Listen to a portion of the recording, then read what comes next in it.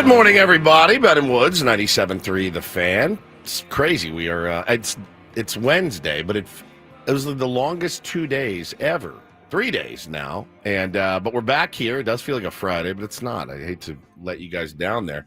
Great to be here with you on a Wednesday morning, a victory Wednesday morning. Needed a laugher. Got a laugher. And the blood pressure stayed really low last night. Really, really low. And it feels good. Got to admit it. Got a lot to talk about from that game, though, certainly. I mean, man, interesting topics on the table this morning on the Ben and Woods program. I am Woodsy. That is Paul Reindl. He is the executive producer of the show. Good morning, Paulie. Hey, how are you? Get all dialed in over there. Working on it. All right, we got a new computer at work, and you guys know anytime you get a new computer, you got to go back and fix all your settings, and you got to do all your logins, and you get so comfortable. Yes, with how everything's dialed in. Once you're dialed, that it's like I come in and I was told yesterday, hey, we're gonna have a new computer. I'm gonna do it before you even get in. Yeah, you won't even know. I'm like, oh, awesome, and I'm very thankful because it looks like it's running great. Yeah. But like, bro, even just signing into like Google Chrome you forget to get your passwords, your bookmarks, your history, all that stuff to make life easier that you're so accustomed to, you're like, oh, why isn't this working? And these little preferences. You should see my phone in the notes section. It's just filled with passwords. And I know that a lot of things keep passwords for you now, but it's for instances like this where I always forget a certain one or two that can really, really derail your day.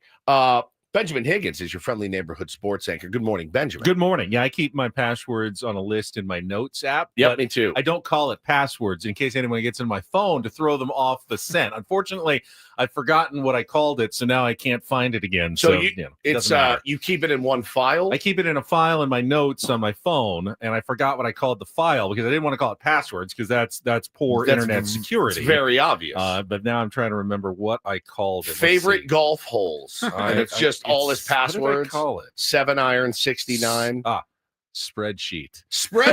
Yes. Something really boring. Like no one wants to look at no one ever likes to look at a spreadsheet, right? That's the last thing anyone would want to look at. So I called it spreadsheet. I have weird bit ideas that I put in my phone, and then I'll go back and look at them like 6 months later, and I'll go, oh God, no, that's like from Ambien. I'll be like, I got an idea, and I'll look at them and go, what? What am I talking about? Nude balloon throwing? Like we're obviously not going to do that. Maybe we could, the Christmas show or something, but I get these weird ideas and I just pop them in my phone. I don't write a lot. I wish I did. Everybody says like, hey, you should be keeping a journal. Everyone should journal, journal about their feelings, journal about their hopes, their dreams, put it on paper, put it on your computer. I just can't bring myself to do it. I have probably 20 journals that I started. It just stops. It's so hard to be consistent in life, and especially with that. But Paulie, I'm glad you're dialed in. I'm glad we got a new computer. We have a new vending machine here too. Got to look at that this morning. Oh, I got to go take a look. It's pretty good. I mean, it's got different things in it. There's a cheesesteak in there, a Philly cheesesteak in there, which again, yeah.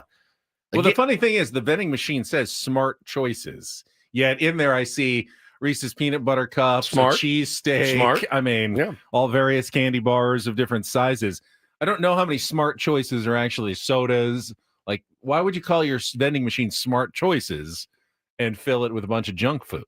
Because I think, maybe smart's not the right. Maybe that's just the name of the company. I assume. So, but I saw some good items in there. Now I did see, and I was excited because they have little protein shakes in there. And I was like, hey, man, sometimes I get smart choice. And I forget that would be a smart choice. But the flavor, I go, what is it? It's cafe au lait. Like, give me vanilla, chocolate, strawberry, and we'll call it a day. You don't have to get fancy. I don't need cookies and cream for my protein. I don't need mint chocolate chip. I don't need anything but the regular. So now we got to burn through all the cafe au laits to put in a request. Can we get vanilla or strawberry? Or the worst is when they have different flavors in the same slot, though. Yeah, then you're screwed. Yeah, you're done. You have to buy three. You've got to wait until two other people buy one. You just bought all three to get through one. Who are you talking to? I have. That cheesesteak, I will say, on the packaging looked pretty good. It looked pretty good. I've actually bought those before. They have them at Costco. Yeah. My kids the want brand? Yeah, the brand. Okay. So, you could pop them in a air fryer or a microwave for a couple of minutes, and they're not horrible, actually. Yeah, they don't look that bad. Texture-wise, you're not going to get the best version out of a microwave, obviously, but Can I tell I'm a fat boy. I'm an effing fat boy. Can I tell you the worst mistake of my life when I was a kid? I was probably 14. And it's not the worst mistake of my life. That was an exaggeration. I've made many, many, many worse mistakes. Do you guys remember Steakums? Oh, yeah, absolutely. Remember Steakums, right? Yeah. Strips of beef that look like bacon, basically. Now, I would see the commercials and go, I'm in. Oh, God. The commercials made you want Steakums. You would die. I think they played a lot, like they during played afternoon cartoons and stuff. Yes. I don't know if they were trying to get kids to tell their mom, buy Steakums at the store. That's exactly what happened. Now, because here's the thing that you remember this growing up. Now, unless you grew up in Philly or in New York or whatever, the steak sandwich was not something that mom ever made. Never. My mom was never like, hey, we're going to have steak sandwiches tonight, right? You got your meatloaf, you got your spaghetti, you got your chicken, and mashed potatoes, whatever. Pork chops occasionally. Yeah. But you never was mom said, hey, we're doing steak sandwiches. Like, never once. So you'd see the commercial and go, I got to have it. I got to have a Steakums. So I remember vividly at like 12, 13, going to the store and be like, Mom, I want these. And she's like, all right, get whatever you want. Grabbing the box, throw it in the thing, getting it home and realizing it's not a sandwich. It's just the meat. I remember taking it out and being like, woo, finally, I finally got it. I got me some Steakums. Open up the box. Where's the bread? It's just the meat. They just gave me the meat. They didn't give me the actual sandwich. I remember being so disappointed and livid. Then cooking it up and just eating it like this, like strips of bacon. I was so mad. I was way worse than bacon. I mean, way worse than bacon. Way worse than bacon. I was like, dude, this is malpractice. This is advertising malpractice. I will say that we often complain about how things were better back in the day. Yeah, like I'm a nostalgia for the good old days of everything. Food is so much better now than it was 20, 30 years ago. Paul, you don't even know. Yeah, I mean, dude. We had no options. We just had, my mom was a good cook, and we had the same thing, meatloaf one night. Yep. We had, pork chops one night. It was good, but there were, all the different cuisines from different countries. There wasn't a lot of options, at least growing up here, North County, San Diego. They're just, you go out for pizza every once in a while, or there weren't even that many taco shops around. It was hard to find decent food. Now, it's food all over the place. You think about it back in the day, Paulie, it was you get pizza delivered or you get Chinese food. Those are the only two options that delivered ever. Now, you had to go pick up stuff. But yeah, you didn't have 100 different things that you could choose from on a nightly basis. Right. Like, I don't even know if sushi existed back when I was a kid. I never obviously saw it. It existed, but not in any meaningful way. And anyone could go get sushi for dinner, nor would they have, because they would have thought this is the weirdest thing I've ever seen. It just would have been so unappealing to the American palate in like the 70s and the 80s. Why would you open one of those? I do like the nostalgia talk. It does bring me back to the summers of my youth, certainly. But that vivid memory I have of thinking that I was going to pull that box open, Ben, pull out a big fat steak. Now, when I saw the box, I go, that's very thin. Very thin. Maybe the bread will expand in the oven. I have no idea. But I remember pulling it out and going, knowing full well my parents didn't have hoagie rolls at home. So, yeah, if I did eat it on bread, it was, some wheat bread. But it's not the same. It doesn't look the same as a commercial. And, speaking of summer, my oldest, my beloved Bo Woods, today is his last day as a first grader. Wow. And if he's listening right now, I just want to tell him how proud I am of him. He crushed it this year. Started off the year a little dicey, a little nervous. I went yesterday after the gym. They were having their end of the school year party, and they do it at Orpheus Park. Orpheus Park? Beautiful. Parents came, kids were playing tug of war, dodgeball. Bo wanted me to come and play football with him and his friends, and I was all-time quarterback. I'm going to tell you right now, I chewed those kids up. I think I had maybe 2 incomplete passes, probably 17, 18 touchdowns. I couldn't have been more dialed. 4-on-4 football, and I was all-time QB. But going there to see him, when I walked up, him, his big group of buddies playing, having a ball, it warmed my heart so much. And I grabbed him and I told him, not how you start. And he goes, it's how you finish. And I said, you just crushed it this year, dude. And now you finished first grade, and now you're about to be a second grader. Not to spin him out, but I do feel like there's a big step up from first to second. There grade. is. Oh, absolutely. Kindergarten, it gets a little more grade, serious. I mean, yeah, it definitely is different, but first grade's kind of like advanced kindergarten. Like, we're just getting you ready for school in first grade. Second, third grade, you're kind of in the middle, but you're starting now. Okay, now this is real school. Fourth now. is when it gets legit. And then fourth is like, when oh God. Fourth is when now third grade for me was like it definitely ramped up, and then fourth grade. Like, you're a professional student once you're in fourth grade. Yeah, once you're in fourth grade, it's double like digits, man. You're 10 years old. Yeah, 100%. So I'm just so proud of him, dude. I'm so proud of him. He really had a tough start to the year. He really did, and he was not wanting to go to school, and he was like, scared and. Started, he's at a new school too. So like he was just kind of a little shy about it. And man, to walk up to the park yesterday and see him, all right, let's go. We're going to go here. And I'm like, oh, my little guy is growing up. So I'm very proud of him for his graduation of first grade, which I did not believe in until I had kids, by the way. Didn't believe in it. Now I want they're not doing it. They're not doing the full ceremony. So I'm going to yank him out of school on his last day a little bit early. Taking him down to the Padres game today. So if you see us, make sure to say hello. Would love to say hi. And I'm just really, really proud of him, dude. He just crushed it. He's gonna have time to sign his yearbook and everything. So did you know that they don't let him sign anymore? Really? He got a yearbook, but they don't let him sign anymore. And I don't know why. My guess maybe is distracting, takes up too much time. They get too silly. Number two, maybe somebody gets left out, right? I remember wanting to get my yearbook. Like in general, there's just no signing. At least in his class. I asked in first grade, I'd be less worried about like bad words and slurs at that point. Have you met my son? Who's 7. He is a Woods. He is a Woods after all. Yeah. So I asked her, I go, why do you think that is? And she said, I don't know. Maybe it was just his class. Maybe they just didn't have a day to sit down and, sign it and all that. But it was we all remember it could get kind of stressful, right? Like a little bit, like, don't forget to sign my yearbook. I was like, I don't want to sign. I was the concierge even back then. Like a factory. Everyone was just like, 1, boom, 2, 3, boom, boom, boom, boom, boom. Just boom. make sure you get everyone. And then you were done with it. Yeah. And you really didn't look at it, at least those pages again. What a fun year. Have a great summer. Yeah. See you what around a fun year. Have a great summer. See you around the pool, maybe, right? Like for your best friends, you might write a little bit extra, but that's about it. Woodsy, keep ripping it up on the Terminator. See you around the pool. That's exactly a quote I got from my buddy. Amber, it was so much fun hanging out this year. Hope to see you this summer. Amber. No, Amber. I really hope to see you around this summer. All I'm going to be thinking about. To hang out with Amber? Did you hang out with Amber? Did you really get to hang out with Amber? Maybe. I had a summer of Amber myself, if you don't mind me saying so.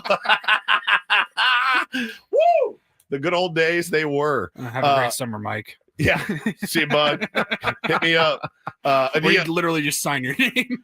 Adio says, what is the next milestone that will make you ugly cry? Transition to middle school? No, dude. It'll happen in like 2 weeks. I mean, honestly, I still am a very emotional dad. Both my kids make me I just get overwhelmed sometimes. Sometimes out of love and sometimes out of disdain. Yeah, I'm like, I can't do this anymore. They make me nuts. They're fighting all the time now, but man, it's the ride is so good. Ian says my son's kindergarten graduation is this Saturday. I'm not ready for it. You won't be. You won't be. Any pageant I've ever gone to in the last few years, I mean, I'm sitting there convulsing, and Hannah's like, pull it together, dude, and I'm like. Just weeping. I will say the biggest difference that I've seen in how schools operate now, and even when I was in school, 25 years ago now, like it was not a big deal whatsoever going from first grade to second grade or third grade to fourth grade. It was because I went to the same elementary school K through 6, then middle school was 7th and 8th. Now graduating elementary school and moving on to middle school is a big deal. Finishing 8th grade and getting ready for high school, big deal. Man. And they had like a little bit of a ceremony, but like now there's promotion events and full ordeals for moving from like second to third grade, and I think it's great. Celebrate every moment you can. Yeah, but like that was so not a thing. They're not doing that this year. They're not doing like where they get their little cap. I wish they would do the cap and gown. I think it's the most adorable thing of all time. I've said it before, but I went to year-round school when I was in elementary school, so we'd finish late June on a Friday, second grade. And then Monday we'd show up in third grade. It's the craziest thing I've ever heard. Same class, just different teacher, That's different the room. craziest thing I've ever heard. We'd all just move in, as a herd over to the next grade level. Was that for like super smart kids, or was that for everybody? No, it was everyone. Everyone was on a different track. It was A, B, C, or D. So you had different. What does that mean? So everyone had a different schedule. I was on track D, which meant we had who decides? I don't know. When you started school, like in kindergarten and first grade, you got on a track and you had certain teachers were the track D teachers. So you'd go from one teacher to the next, and you had different times of the year off. So there was always one quarter of the school was on vacation. I remember we were off in 3 weeks in August, 3 weeks in November, like 3 weeks in February, and 3 weeks in May or something. And that was, instead of a summer, we had it spaced out throughout the year, which wasn't not the worst idea ever, but it's weird when you're just going, all right, June 28th, it's Friday. Hey, it was a great school year. See you Monday. We'll see you on Monday as we move up to third grade and fourth grade and different teacher. And one year I had the same teacher for fourth grade and fifth grade. So we moved up. It was the same class, same teacher. One weekend later, there was literally like no difference to start a new school year. That's not the worst thing I've ever heard. And as a parent, I'm all for it. As a parent, I'm like, great. But, the teachers need a break too. And like you said, they get those built in, but that's actually not a terrible idea, Benny. Man, I'm just happy for him. I just, again, knowing what he kind of went through at the beginning of the year to get through to where he is now, just very proud. Very, very proud. Excited to go to the game with him today. Hannah's taking Tay-Tay to the fair, so they're going to rage. So, I mean, it's a great day in the Woods family. Great night to be a great day to be a Padres fan today. That was a hell of a win last night. We got a lot to talk about, but man, it was great. We have a lot to talk about. We also have a lot to do. I will explain to you after we check traffic and get to the setting of the menu for a Wednesday edition of Ben and Woods. Let you know what's coming up after Kelly here on 97.3 The Fan. From the 855 Get Ross Traffic Center, protecting San Diego after accidents or injury, here's Kelly Danick.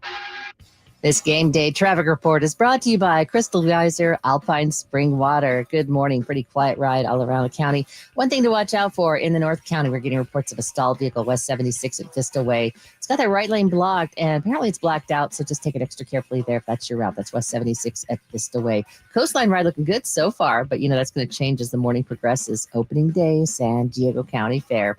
Gates open at 11. What makes Crystal Geyser Alpine Spring Water different? They always bottle their Alpine Spring Water less than 1.5 miles from the spring source. And all of their bottles are made with 50% recycled plastic from their own recycling plants. Crystal Geyser, bottled at the spring source. I'm Kelly Danick with Ben and Woods, San Diego's #1 sports station, 97.3 The Fan.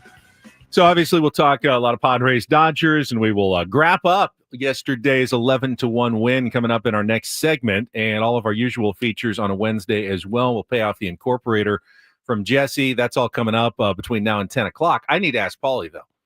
I've never seen a rundown like this from you in terms of giveaways. Do we need like a phrase that pays or something? We have tickets. We're going to be giving away tickets. Whatever you want, show, we got feels them. like. Whatever We've got, you want. Padres Royals tickets. We've got George Lopez tickets. We've got Scotty McCreery tickets to Front Wave Arena. We've got a qualifier, of course, for our grand prize. We're pretty much just, the Publishers Clearinghouse sweepstakes this morning. Ticket giveaway show with a little bit of baseball. A little bit of chat in between. Yeah. How about we just give them all to the same person just at one once? Big one big bundle of prize tickets. pack. Adam's just wrecked his car. Hey, could you not do that? Please? So, be listening if you are interested in winning any, free tickets to places, concerts, games, et cetera, because we're going to be giving them out all morning long here on 97.3 The Fan. Broadcasting live. God, I thought about it all day. If you missed it yesterday in our program, yesterday was our 6th anniversary of the Ben and Wood show on Odyssey or on 97.3 The Fan. It was Entercom when we got here. Yeah, we were a radio.com website. That's right. And we yesterday again 6 years together here at 97.3 The Fan. We had the run at the station, the other station where we started. I didn't know this. I forgot that was the number. And Adam got a little bit upset that we don't celebrate it with the same vigor in which we celebrate literally everything else. And I questioned myself yesterday a lot. I said, well, why don't we? I think you've forgotten this one every year. I think I have, and I wonder why that is. It's certainly not personal. It's not. You get to March, and you may not know the exact date. You may have to ask that one every year, but you're like, end of March, that was the show inception. Yeah, because I mean, my son had just been born, and now he's going to be a second grader. And I wonder, like, why don't we celebrate 6 years at Odyssey together? Broadcasting, and that is a key word. Live. What does that mean? Oh, because we got to broadcast because we were streaming for months without an over-the-air signal. Streaming still broadcasting? No, broadcasting implies you are actually. You don't have to do anything. Like the signal actually goes out over the air to everybody. That's a broadcast. A stream is a stream. It's more of a narrowcast. Yeah, fair. I'll give you that. But there is a definition. Like there. I always think it's funny when I hear like straight podcast, not a radio show that becomes a podcast. Like, right. Only a podcast. Yeah. And they're like, hey, we're on the air. I'm like, well, you're not on the air. You're actually not. Because you can go in there, you can say the worst thing you've ever said and go, can we take that out? And you absolutely can take it out. Like me, I can't do that. We can dump stuff, but we can't take it out. Yeah, there's literally a signal in the air. Yeah. You can't see it, you can't feel it, but our radio station sends out a signal through the air that can be picked up by, radios throughout the market. And, everything else streaming, they're not broadcasting, they're not over the air. Right. Now, does it really matter? In the end, you're still listening, however you're listening on some sort of device at the end of the platform. And it used to mean obviously a whole lot more because you didn't have streaming and you had if in order to be heard, you had to be broadcast somewhere because people didn't have other ways to pick up frequencies and stations. Now there's millions of different ways to do it. So it's, the line has become blurred, but there is a definition to broadcasting, and that is an important part of it. It was a little nerdy, but I remember at the old station, it was a 50,000 watt signal. Massive. I mean, that thing was a blowtorch. They called it a stick. Yeah. Blowtorch, stick, all these things you heard. It was insane. And I was able to see exactly how clear it was coming in Canada, Santa Barbara, and then up to the Bay Area. Yeah. And then you're like, oh, they can actually pick us up off the coast of Oregon. Crazy. Canada. The way that it travels over the water. They're the weather. Fishermen in the Pacific, they would love sports talk radio. Yeah, dude. One guy called in from Alaska one time. It's amazing. He's like, I got you guys loud and clear. Maybe you guys, what? Maybe you pay your bills. How about that? You ever think of that? Just pay your bills. That's not inflating your salary and pay your bills for the love of God. And now that stick sits there, and who knows what it is at this point. But yeah, 6 years, Adam, it's not personal. We just, I don't know. Maybe part of it too is you get celebration fatigue. We celebrate a lot of stuff. And, we celebrate summer break. We celebrate the Christmas and holiday show. We celebrate a lot. Opening day. Maybe it's just that weird time of year where we don't feel like celebrating. Paulie celebrates Memorial Day like a madman. I almost didn't really feel like celebrating last night's win over the Dodgers. How come? I don't know. There's something about that game. It just felt it was ugly. Wrong. It was wrong. Dirty. And we'll talk about it coming up next. Get to our Padres Wrap-Up. All the highlights. Obviously, you're not turning down any wins against the Dodgers. Nope. That's for sure. We'll get into the 11-1 romp at Petco Park last night. Good Wednesday morning to everybody. Happy end of first grade to Bo. It's Ben and Woods and Paulie on San Diego's #1 sports station, 97.3 The Fan. First up this morning, though, Woods and I want to tell you about trust and will. Again, we've seen so many people in our YouTube stream, Tier 1s, who have said, wish I had known about this before. Hey, I just went through this with my family. We had to go to probate court. It was expensive. It was time consuming. I wish my family member had just gotten a trust or a will to take care of this. And you can do that simply, easily online at trustandwill.com. Yes, you can. All you have to do is go to trustandwill.com. answer the questions, the prompts, have your information, ready and handy, and have an idea of what you want to accomplish when you go in there. Certainly, this is who gets my kids if something happens. This is who gets my record collection, whatever it may be. They're going to ask you all that. It takes about 20 to 30 minutes. And once you're done, use the code FAN when you check out, FAN. You're going to get 20% off, and they'll ship you your estate documents for free. The peace of mind is worth it. Ask really Dominic in the chat every single day. Says, get a trust, folks. Stay out of probate. Listen to Dominic. Listen to the tier ones. Listen to Ben and Woods. Go to trustandwill.com. Get 20% off. Skip the lawyer's office. 20% off with the code FAN at trustandwill.com.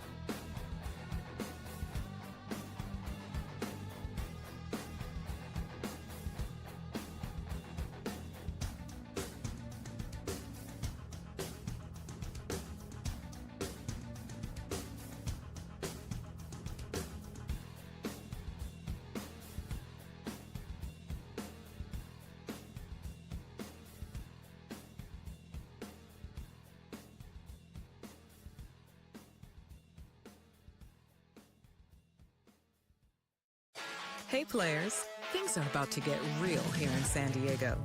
Introducing the all-new Jamul Casino Resort. With a 200-room hotel tower, exciting new eats and drinks, plenty of new places to play, and a luxe spa and salon. Hello, rooftop pool and deck.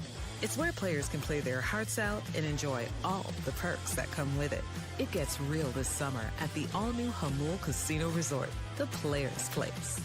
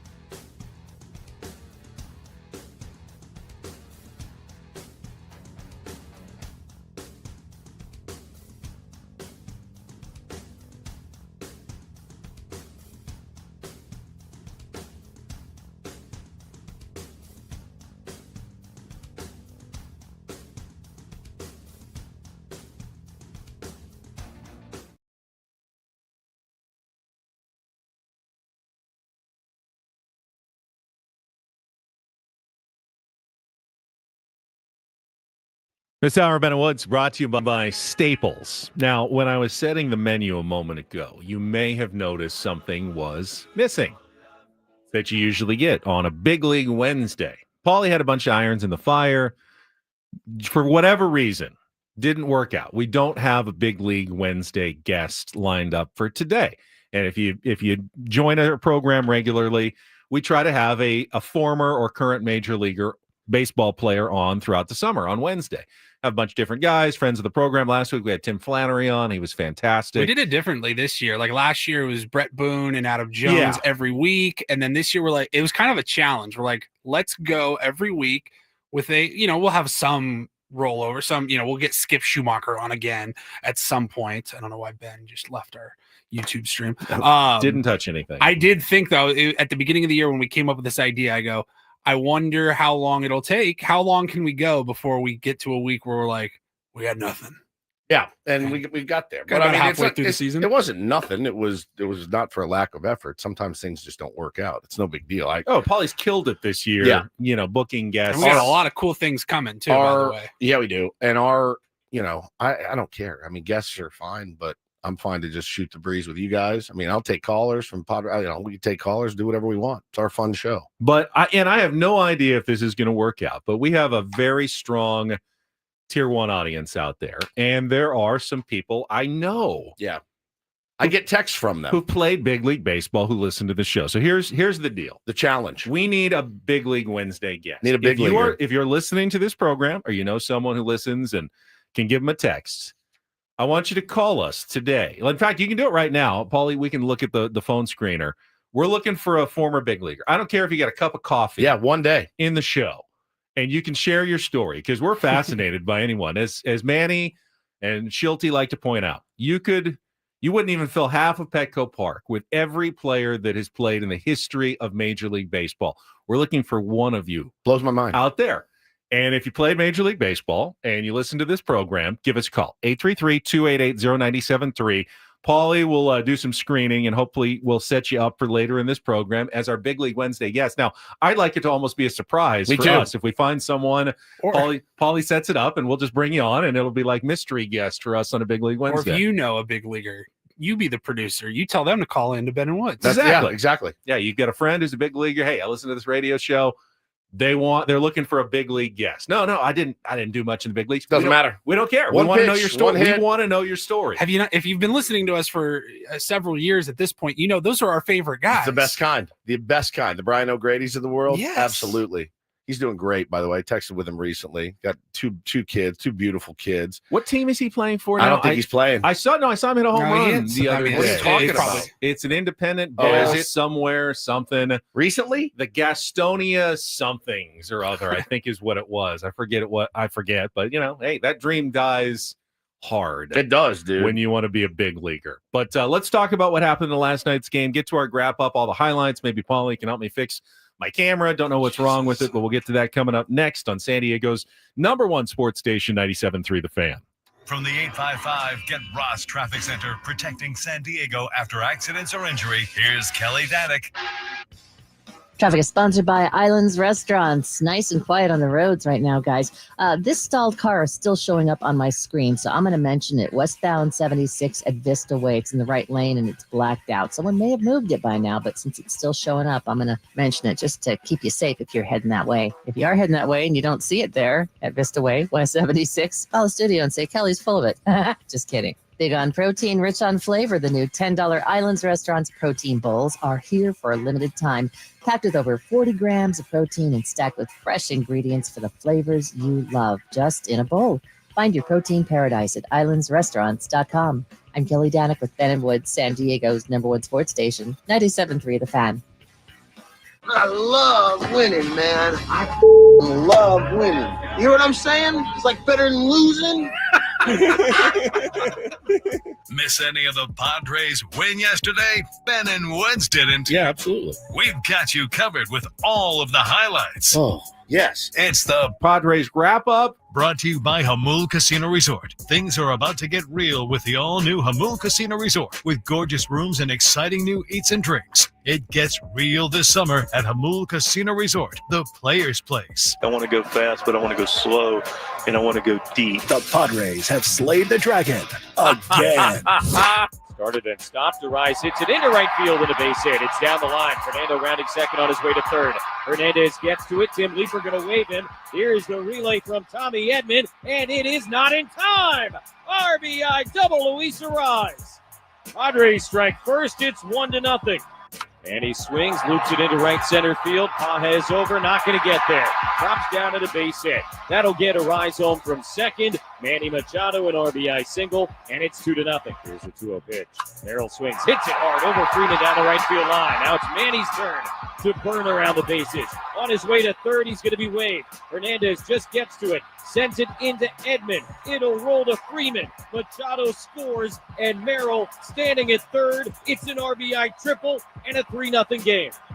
He swung on and hammered it deep left field. Conforto will turn to watch this one. Gonna go! Oh, that is one sweet ambush against Matt Sauer.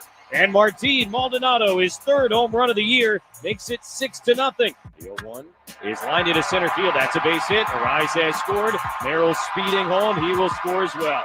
Xander Bogaerts adds on. A 2-run single in the sixth, and the Padre lead is 9-0. And he swings and hits it in the air to deep left field. Conforto's back at the wall. It's off the wall. Both runs going to come in and score, and a big night for Manny Machado. A 2-run single off the left field fence. The Padre lead is 11-0, and Manny with 5 RBIs. Conforto swings at the first pitch, lines it into left center field. That's going to get the first Dodger run of the night home as Rojas rounds third base. So there will be no shutout tonight. A little something to cheer for the folks in blue, and there aren't many of them left. 11-1 here in the eighth. 2-2 to Freeman. Morgan will deliver, and a ground ball off the mound goes to Bogaerts. He'll take it to second. One on to first in time, and a game-ending double play here in the top of the ninth inning. An absolute laugher against the Dodgers here tonight as Dylan Cease throws 7 shutout innings, and the Padres put up 11 runs on 16 hits to beat the Dodgers by 10. So like you say, never a bad time, but very timely for all the obvious reasons, right? But Dylan was really good. We got into that starter 7-inning spot that is really important to us, and obviously we were able to open it up with a lot of relentless at-bats throughout, top of the lineup, carrying the weight for the most part down through bogey, but whole team effort. Maldi contributed the 9, but yeah, it was important. That was a good one last night. I really enjoyed that very much. You know what I really enjoyed? A non-stressful 7th, 8th, and 9th inning for once. It wasn't stressful, but it was. Still wanted to turn it off. Yeah, it was embarrassing. It was embarrassing. It really was. You can defend it all you want if you're a Dodger fan, and you will. And I saw you doing it last night. You loaded up your bong with a big fat bowl of copium, and you just big bomber class before busting on my head. I saw it, responded. We chatted about it. It's embarrassing. That was embarrassing, and you should be embarrassed if you're Dave Roberts today. You should be absolutely mortified. He punted on the game. In the 5th? Whatever you want to call it, he knew going into the game, in my mind, that if this doesn't go well, I'm pulling the ripcord on this game, which, you can argue may or may not be a valid strategy. But it is certainly a strategy. The guy punted in playoff games. Like he had to, and it worked out for him. It worked out really well. They won a World Series, some of the best managing Dave has ever done. To be honest with you, and gave him a lot of credit for that. 100%. They had nobody, and they were pieced together with Scotch tape and bubble gum, man, and they got the job done. Those guys. Now, many of those guys aren't pitching this year because they let it all eat in October. And who among us wouldn't be happy about that? But this one felt a little bit different last night, Benny. It did. I certainly hope that the decision by Dave Roberts to do what he did and leave Matt Sauer, his bulk reliever after the opener, Lou Trevino, out there to die on the vine with 111 pitches. I hope it backfires, and not because Matt Sauer gets hurt. I have no ill wishes toward Matt Sauer. He was put in a very bad situation by his manager. Probably knew it was coming. I think he talked about it after the game. He said, it's what I was asked to do. I went out there, did the best I could, didn't pitch well, but I knew there was no help coming behind me. I just had to wear it. 111 pitches after he had never thrown more than 82, even in a minor league game. If he's like your top prospect or something, that's malpractice. Sure. I think it's malpractice in general. I would expect it's cold and cruel and heartless, but in the big picture of Dodgers baseball, if Matt Sauer gets hurt because of that, they don't care. They'll shrug and move on. They don't care. It's a sad reality. The players' union's going to care. The players' union should care. They should. Absolutely. They absolutely should. I would expect them to make calls today. I would be pissed off if I was in the players' union about that. Or if I was Matt Sauer's agent. This guy's not a starting pitcher. He's not built and built up to go that many pitches. Well, he's thrown 82 pitches, I think was his max, and in the minors. And did I see they didn't even have a mound visit? Like they just left him out there to die. Yeah, he kept looking over. Honestly, like he looked like a little leaguer. Like, Dad, are you coming to get me? And they're like, no. And hate that team. Here's what bums me out. He waited. Dave waited. I tweeted it as a joke. I tweeted, Dave Roberts wisely angling for the opportunity to go to Kike Hernandez here. Son of a bitch, if it didn't happen, just like I said it, they let that guy stand out there and give up those runs until they got to the magic number for Dave Roberts to go in and put it almost seemed like he was happy that they gave up the 9. Like, no question. If the Padres really wanted to foil their plan, stay at 7 and never let them go to a position player. Yeah, if this is what you want to do, then we're just going to leave it at a 7-run lead where you're not allowed to bring in a position player to win that game. Of course they didn't, but I hope it backfires in that Matt Sauer, I mean, he wasn't horrible. He struck out 6. He had some decent stuff. The Padres still had to hit him. And sometimes hitting is weirdly contagious. And just the fact, I know it doesn't mean much. You're never going to see Matt Sauer in a playoff game, in a meaningful game. Or maybe in another game ever again. Or maybe ever again if you're the Padres. So you didn't beat the Dodgers best, obviously. This is not some referendum on Padres Dodgers where they are at currently. But if the Padres can take the hitting momentum of yesterday, the day before, and get locked in for a couple of weeks at the plate when they have 5 more games against the Dodgers in the next week, then I will think that Dave Roberts will go, should not have let that team get some confidence at the plate. They were struggling. They were scuffling. Right, and then we came in and we let them score 18 runs in 2 days. Yep.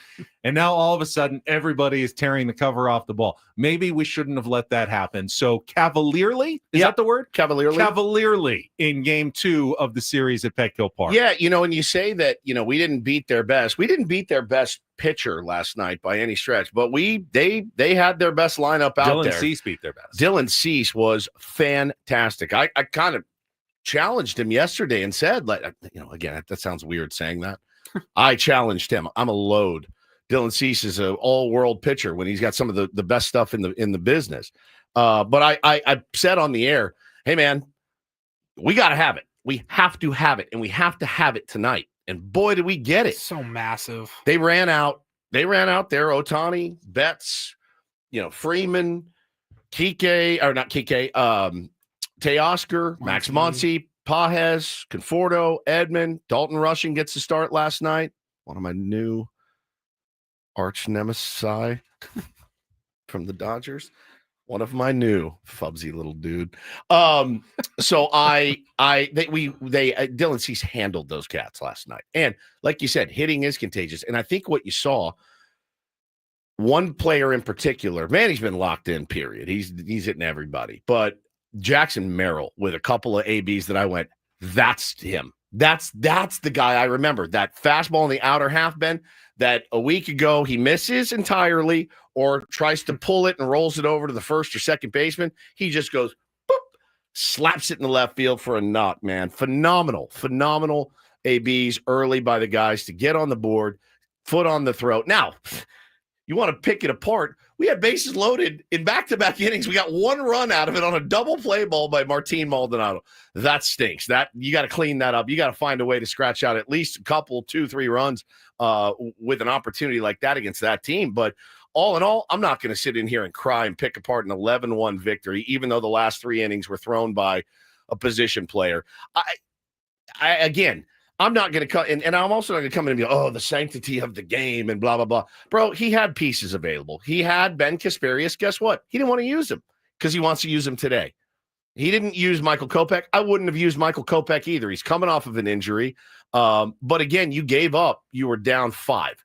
And I think about the Diamondbacks that were down 6 last week. 10-4. 10-4 with 1 out. In the 9th inning, and they came back and won that baseball game, and they don't have 3 MVPs at the top of their order like you do. So, look, I don't think it sends any message to the Dodgers clubhouse.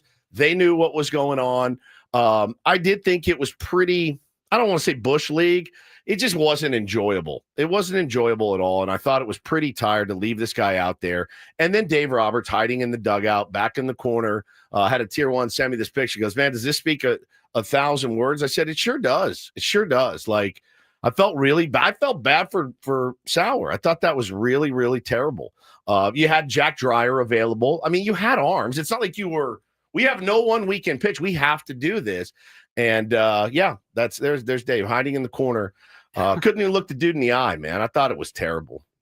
And then this kid, this Sauer guy is on a plane, I'm sure, right now. Yeah, that's your reward. You pack your bags. You took one. You stepped up and took one for the team. Yep. And your reward is going to be a plane ticket back to AAA. And I don't know what it's. I don't know if the Dodger clubhouse is like, man, that was pretty weak. I don't know how they feel. I don't know them well enough to know.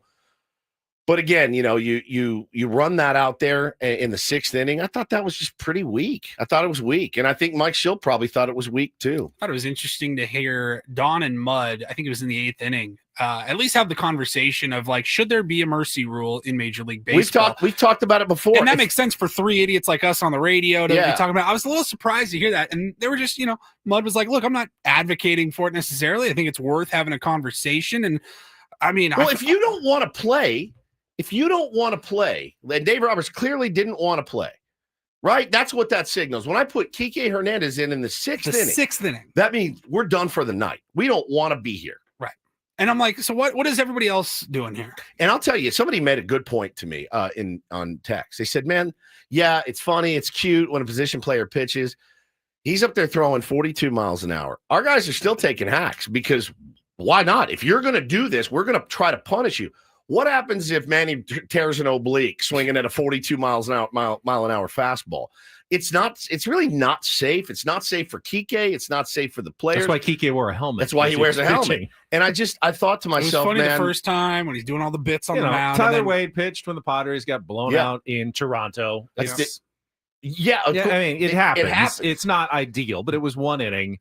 It was long. The game was long over. It wasn't the 6th inning. I saw some big league pundits. I think Ben Verlander said that he called it embarrassing. Will Myers said, it's not a great look to be throwing a position player in the 6th inning. That's the thing of a game. You have paying customers, and I'm sure Padres fans don't care that much. Their team's winning, but I watch every second. How about the Dodger fan who went on the secondary market, living up in Valencia, and paid $500 to bring their family down to Petco Park for one night, drove 3.5, 4 hours in traffic and back, and that's the game they got to see their team play in San Diego. Yeah, I'm not going to feel bad for them, no. but I'm gonna snicker a little bit and go, wow, that's kind of disrespectful to your own fan base who was at the game to put a position player in the 6th inning. It was crazy, man. It was absolutely crazy. Elisa makes a great point. I mentioned it to you guys when you walked in.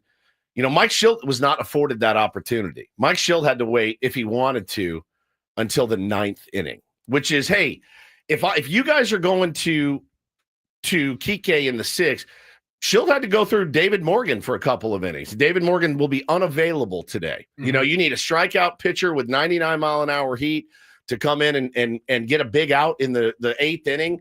It ain't going to be David Morgan today because we had to use him. We couldn't use Tyler Wade last night. Should be fine, though, because there's a day off tomorrow. Everybody else is rested. Sure. You should be fairly well set for today, as the Dodgers are, and this game's going to be huge today now. Yeah.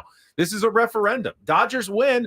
Dave Roberts is all genius. the way back to Los Angeles going, hey, that worked out exactly as we planned. We snuck 2 out of 3 wins gave up on the other one, saved our bullpen. They will take that every day of the Every week. day The of the Padres week. win, and they go, we could have won that series if maybe we had tried a little bit harder. I mean, this is a huge game in my mind today now. I'm going to be honest with you. I expected a little more fight from the world champions. I did. I expected a little more fight from the world champion Los Angeles Dodgers last night. Maybe I'm built different. I don't know. That's just how I felt about it.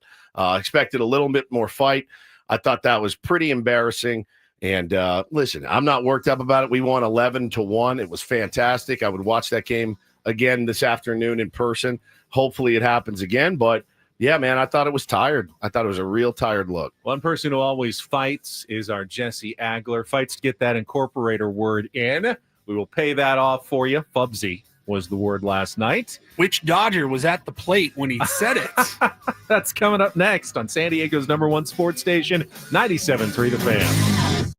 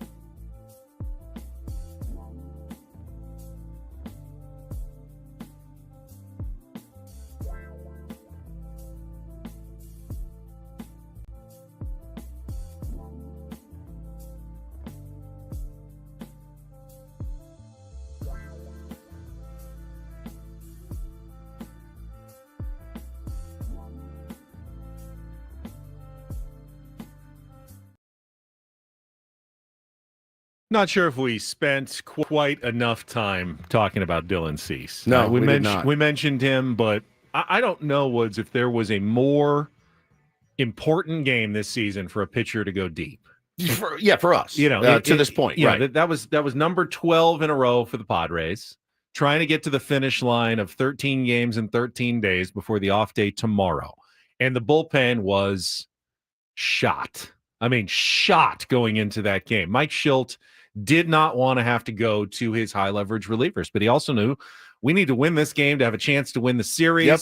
What do I do if Dylan goes out and he's okay, but scuffling in the fifth or the sixth? Who do I have to get ready? How am I going to get to the ninth inning against this, dangerous Dodgers lineup? He needed Dylan Cease, who has been inconsistent at best all season long. Borderline bad at times. Borderline bad Yep. to come through.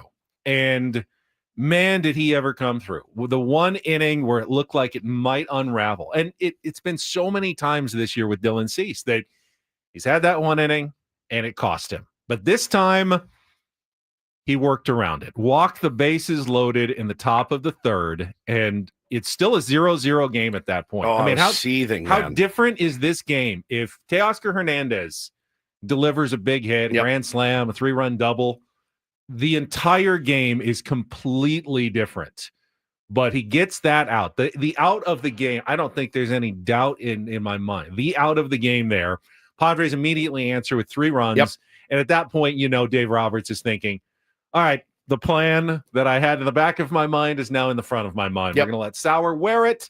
We're going to pitch Kike Hernandez later in the game if it gets ugly. That change, the third inning was massive on both respects. No question. Dylan Cease, Benny, 24 total whiffs, 46.2% whiff rate, 34% chase rate, and a season high 11 strikeouts when, like you said, like we said yesterday, you had to have it. You just had to have it. It's in you. We know it's in you. We've seen it before. Tonight would be a great night to break it out, Benny. His fastball was the best that it's been all season. His slider was graded out at 70 out of 80. He was fantastic. They were chasing outside the zone all night. Nothing that they could do. The walks, it's tough. When you spin the ball that much, it is hard. When you throw the ball that hard, location is going to be an issue. And they were. Walks were an issue last night. But again, the great ones know how to pitch out of the trouble that they cause. And he certainly did that last night. Can't say enough good things about Dylan Cease last night. He was Bill the Butcher last night. He really was. He was fantastic, dude. So 103 pitches, but that's not unusual for Dylan Cease. Plus, he'll get an extra day of rest before his next start, thanks to the off day tomorrow. Be against the Dodgers, won't it? It'll be against the Dodgers again up in Los Angeles next week for his next start, and I'm not too mad about that. I'm sure they'll want some revenge, but they didn't show a lot of signs that they were looking too good against Dylan Cease last night. Well, not only did he have to navigate the absolutely terrifying, monstrous lineup of the Los Angeles Dodgers, he had to navigate the 75% blind in both eyes Laz Diaz behind the dish. Now, I'm not going to come in here and tell you that it didn't go both ways. He was equally poor on both sides. I mean, he got a couple of strikeout pitches that were really, really bad. Happened to us as well. And it started like 2 pitches into the game with Tatis. Arise got a ball called at his eyes from Laz Diaz. I had no idea what he was watching last night. No, I don't, because it wasn't baseball. I don't know what he was doing back there. He's horrible. He is bad at his job. Maybe he needs to keep his head still because they go to the ump cam and he's bouncing all around. Like, you might see the strike zone a little bit better if you try to keep your kind of head on a level plane as you're calling the game. Somebody tweeted caught in 4K and his head was looking at Max Muncy's ass, the hole at bat. I'm like, how you gonna call strikes? You're looking at that guy's dumper. It was crazy. So it was he was fantastic, man. Fantastic. He said out, in the mid-game interview with Dylan Cease down in the tunnel, he said, I attacked. That's what I wanted to do, is attack. And he did, and just flummoxed those guys all night. It was awesome. Speaking of Max Muncy's dumper, which is not a phrase you often hear. Save that. on the radio. Yes. I know, as Paulie teased, the incorporator word yesterday, and he teased which Dodger was at the plate when Jesse got his incorporator word in, and I know you're all thinking must have been Max Muncy. It wasn't, correct, Paulie? It was I don't not. think it was. All right, so let's set it up. Had Jesse on yesterday on a Tuesday. It's been about a month because he's been doing television since we've had an incorporator. We came back with a fairly simple but funny-sounding word for him. Here's what we had for Jesse. Speaking of Max Muncy's dumper, here's the incorporator. We're back on radio for the incorporator tonight. Finally. And we're going to bring you back, I think, fairly softly. It's a short word. Sometimes the incorporator word is incredibly long. This one's just 5 letters. Okay. Paulie, if you would. Fubsy. Fubsy. I've never heard this word. Fubsy. Fubsy. I feel like it means Fubsy. I feel like I'm in a fubsy mood right now. Fubsy. It means fat and squat. Fair.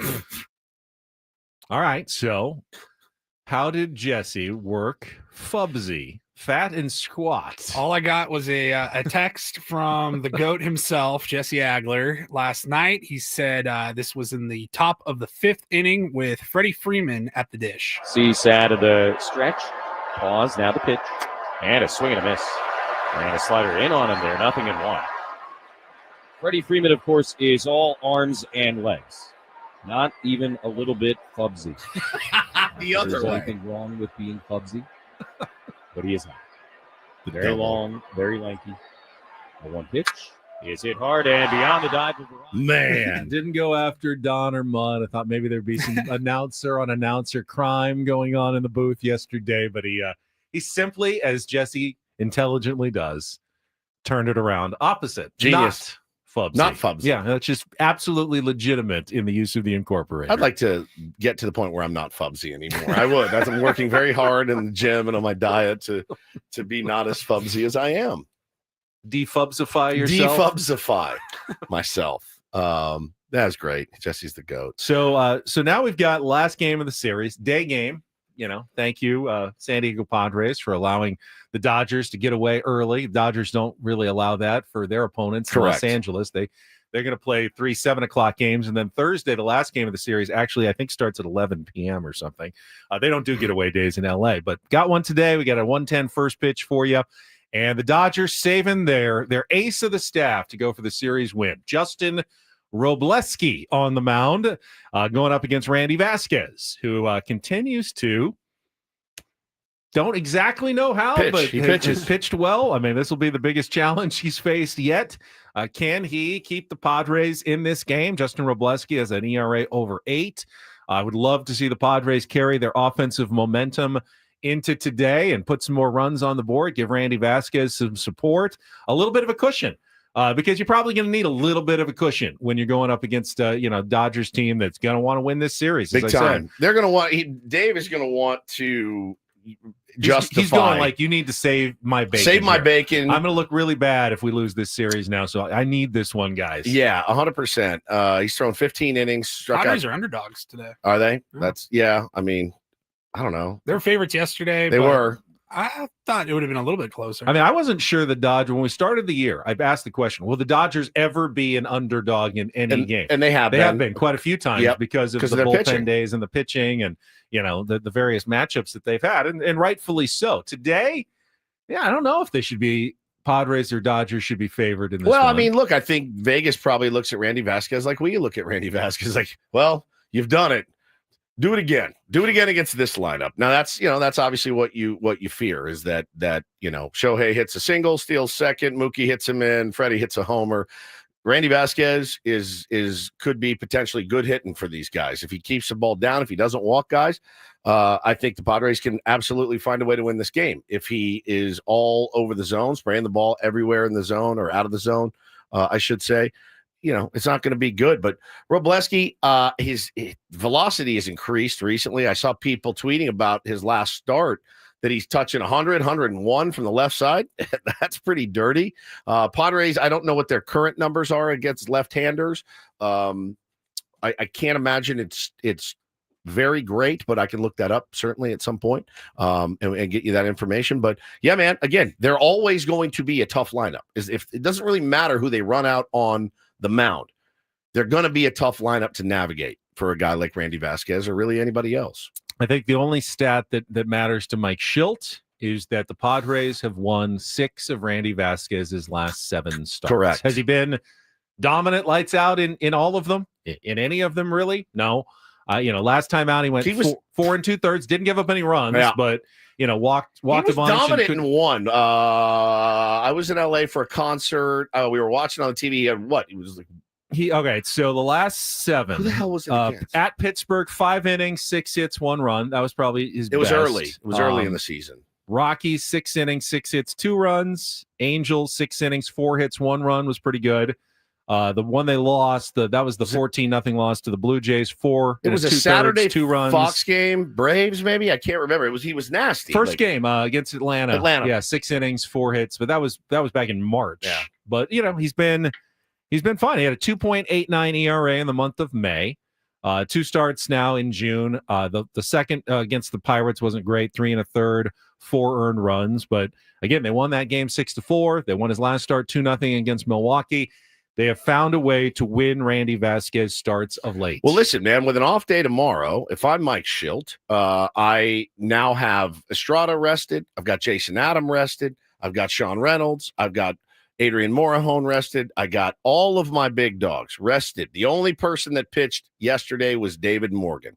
A bunch of guys threw on Monday, but everyone's had a day off. They get a day off tomorrow.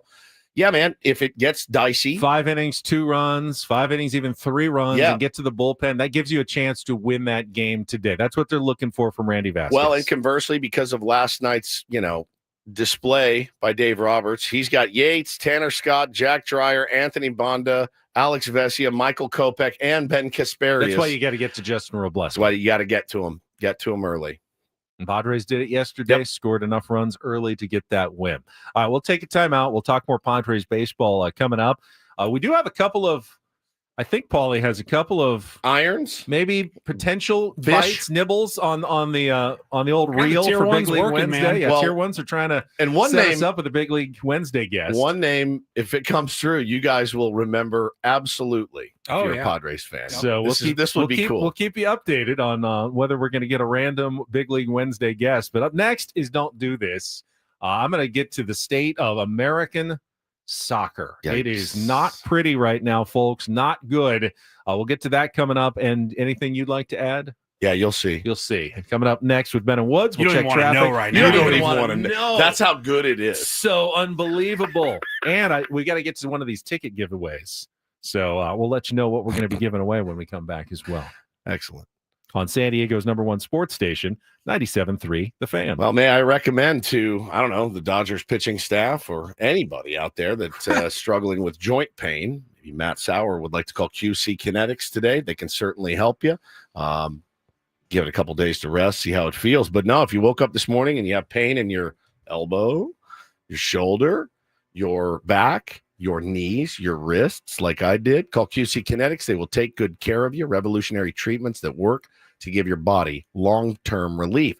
You will sit down. You'll meet face-to-face with the QC Kinetics medical team. They'll explain how their regenerative treatments take your body's own healing power, helps heal and restore the damaged tissue. They're not just masking the pain. As I mentioned yesterday, I was talking to a buddy that played in the minors about cortisone shots. He goes, yeah, they get you on the field, but the pain always comes back. With QC Kinetics, I have had zero pain in my wrists. I've lifted heavier weights than I ever have my whole life. I couldn't have done it without QC Kinetics. Period. The end would not have happened. So they're not masking the pain. They're going after the source of it. Call them today. Find out if you're a good candidate. The consultation is free. Call QC Kinetics at 619-614-PAIN. It's 619-614-PAIN. Again, 619-614-PAIN. It's QC Kinetics.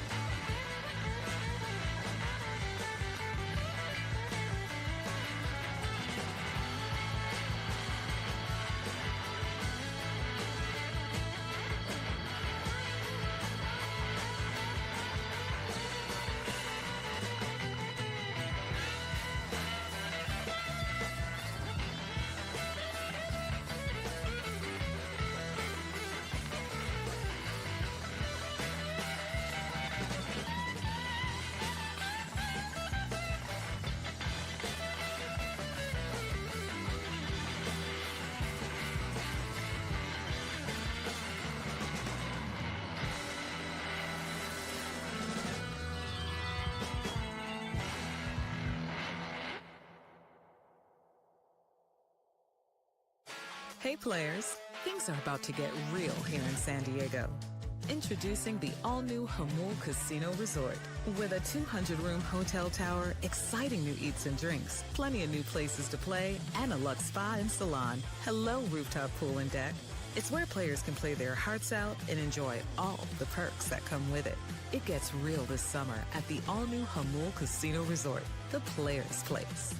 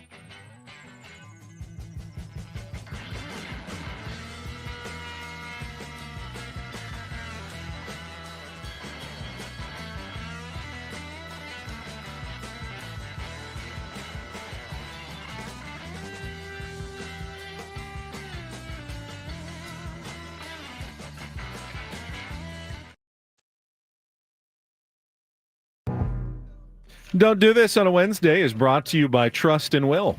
Don't. Leave your entire estate, house, kids, and life savings up to chance if and when you die. Do. Set up a Trust or Will online at trustandwill.com. This is a lot more affordable than you think. Visit trustandwill.com for more info. All right, I will get us started today with the state of American soccer. It's not good, folks. We just had an international break. You'll remember that SDFC had a couple of players called up for various international teams to play friendlies and tournaments and tune-ups. And for the U.S. team, they were working to get ready for the Gold Cup, which is coming up later this summer in a month or so. Bring up most of their best players, not all of them. Christian Pulisic, who is considered probably the best U.S. player, opted out, said he was a little tired after his long season with Inter Milan. They just went to the Champions League final, and he said, I'm not going to be playing for the team. So he wasn't preparing with his other teammates for the rest of the tournaments this summer, and it did not go well for new coach Mauricio Pochettino. They lost their fourth in a row yesterday. Jeez. They got bodied 4-0 by Switzerland. Switzerland's good, but they're not super duper powerhouse in the world of soccer. Switzerland scored 4 times in the first 36 minutes, and then pretty much cruise the rest of the way. Team USA didn't even get a shot on goal the entire match. First time that's happened in a decade for Team USA. And they exit this international period looking about as low and grim as they've done in years. And, of course, the United States, Mexico, and Canada will be hosting the World Cup. So they're automatically in. They don't have to qualify for the World Cup. They're in. But are they going to embarrass themselves on the international stage coming up based on this recent form that they've shown? It's been bad. I have a buddy he's such a huge soccer fan, lives in Texas, and I saw this result last night, and I texted him. And I said, "Hey, should we, as a country, just maybe stop trying to participate at this point? Have your MLS and have your academies and things like that, and but."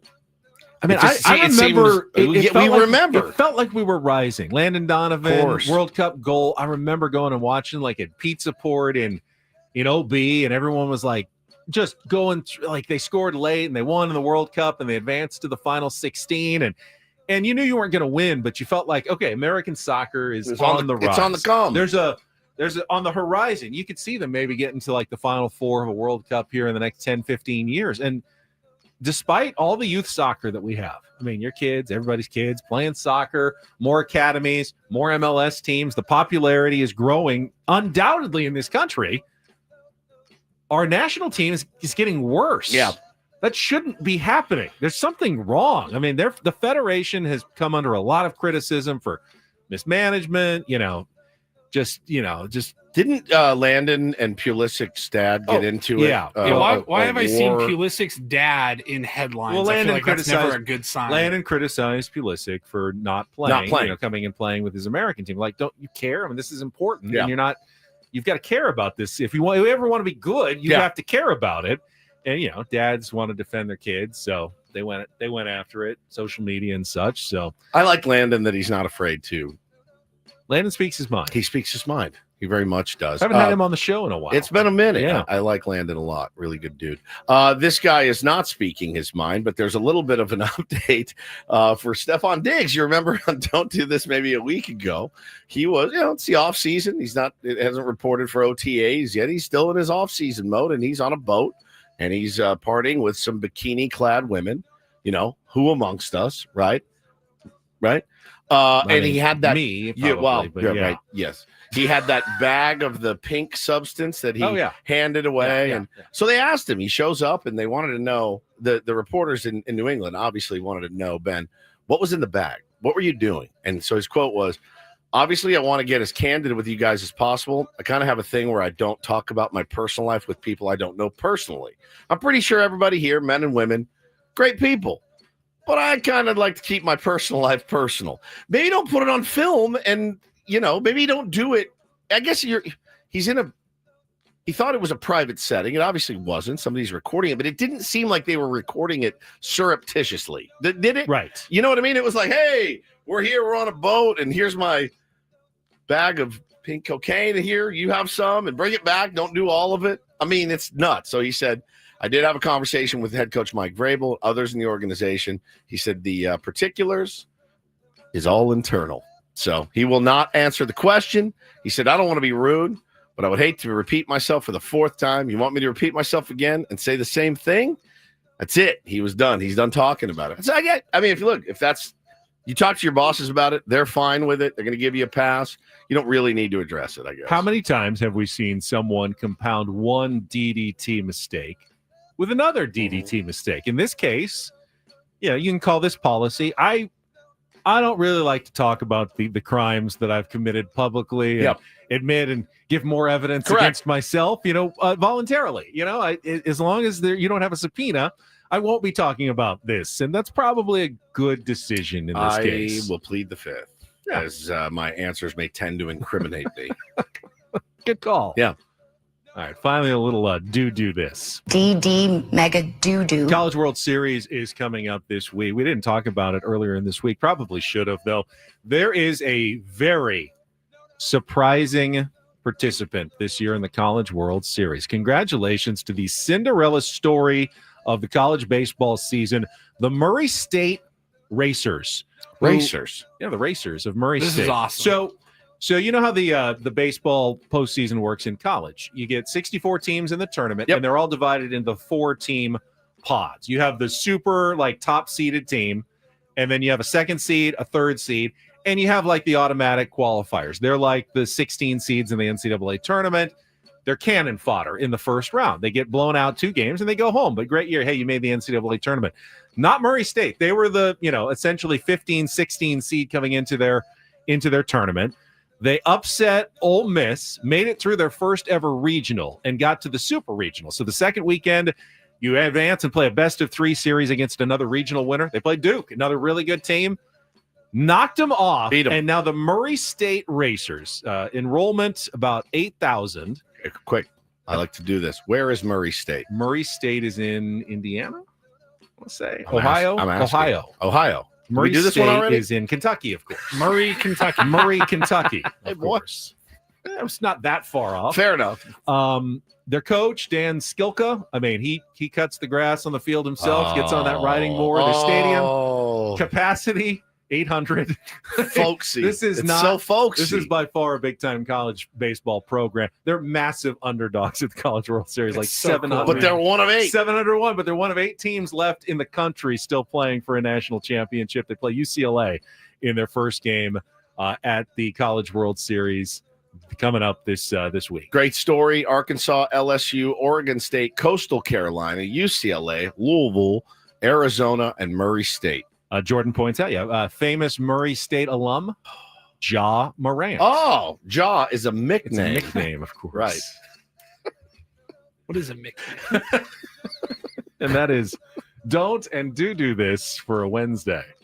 That was Don't Do This with Ben and Woods on 97.3 The Fan. All right, we are still on edge to see if a Big League Wednesday guest is going to call us. Paulie definitely has some irons in the fire. We can also talk about what else went on. Padres getting absolutely no help from the team you don't really expect any help from last night. But we'll go through the rest of Major League Baseball as well. All coming up next on San Diego's #1 sports station, 97.3 The Fan. Gambling problem? Call 1-800-GAMBLER. GEGE 000-466. For a full list of games and rules, play at 7 Mile Casino. Visit 7milecasino.com. Speaking of underdogs and odds, if you want to beat the odds, you can always go play cards at 7 Mile Casino. Now, the odds aren't bad on California-style blackjack or Texas Hold'em. You're just playing against the other players. Now, if you want to go like Pie Gal poker and try to get a royal flush, you can win big. Doesn't happen very often, but you can beat the odds. Be a Cinderella story at San Diego's best and closest card room, Woods, 7 Mile Casino. No question, Benny. I love California-style blackjack.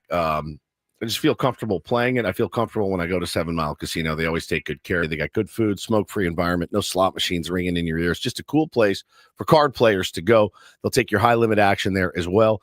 Check it out for yourself. You will not be disappointed. We've been going for years. They've been a long-time supporter of the Ben and Woods program. We certainly appreciate them. Day game today, so it's a great place on even a Wednesday night or Thursday. You're thinking of something to do. Absolutely no big drive out to the East County. Just hop on the 5 freeway. Stay on the west side as you get off on Bay Boulevard. It is right there on the bay. 7 Mile Casino, just 7 minutes from downtown.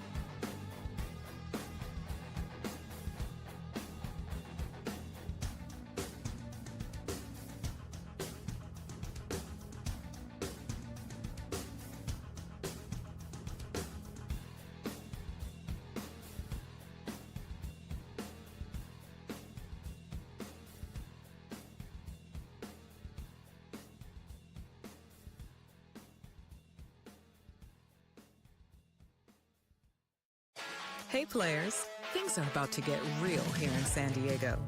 Introducing the all-new Hamul Casino Resort. With a 200-room hotel tower, exciting new eats and drinks, plenty of new places to play, and a luxe spa and salon. Hello, rooftop pool and deck. It's where players can play their hearts out and enjoy all the perks that come with it. It gets real this summer at the all-new Hamul Casino Resort, the players' place.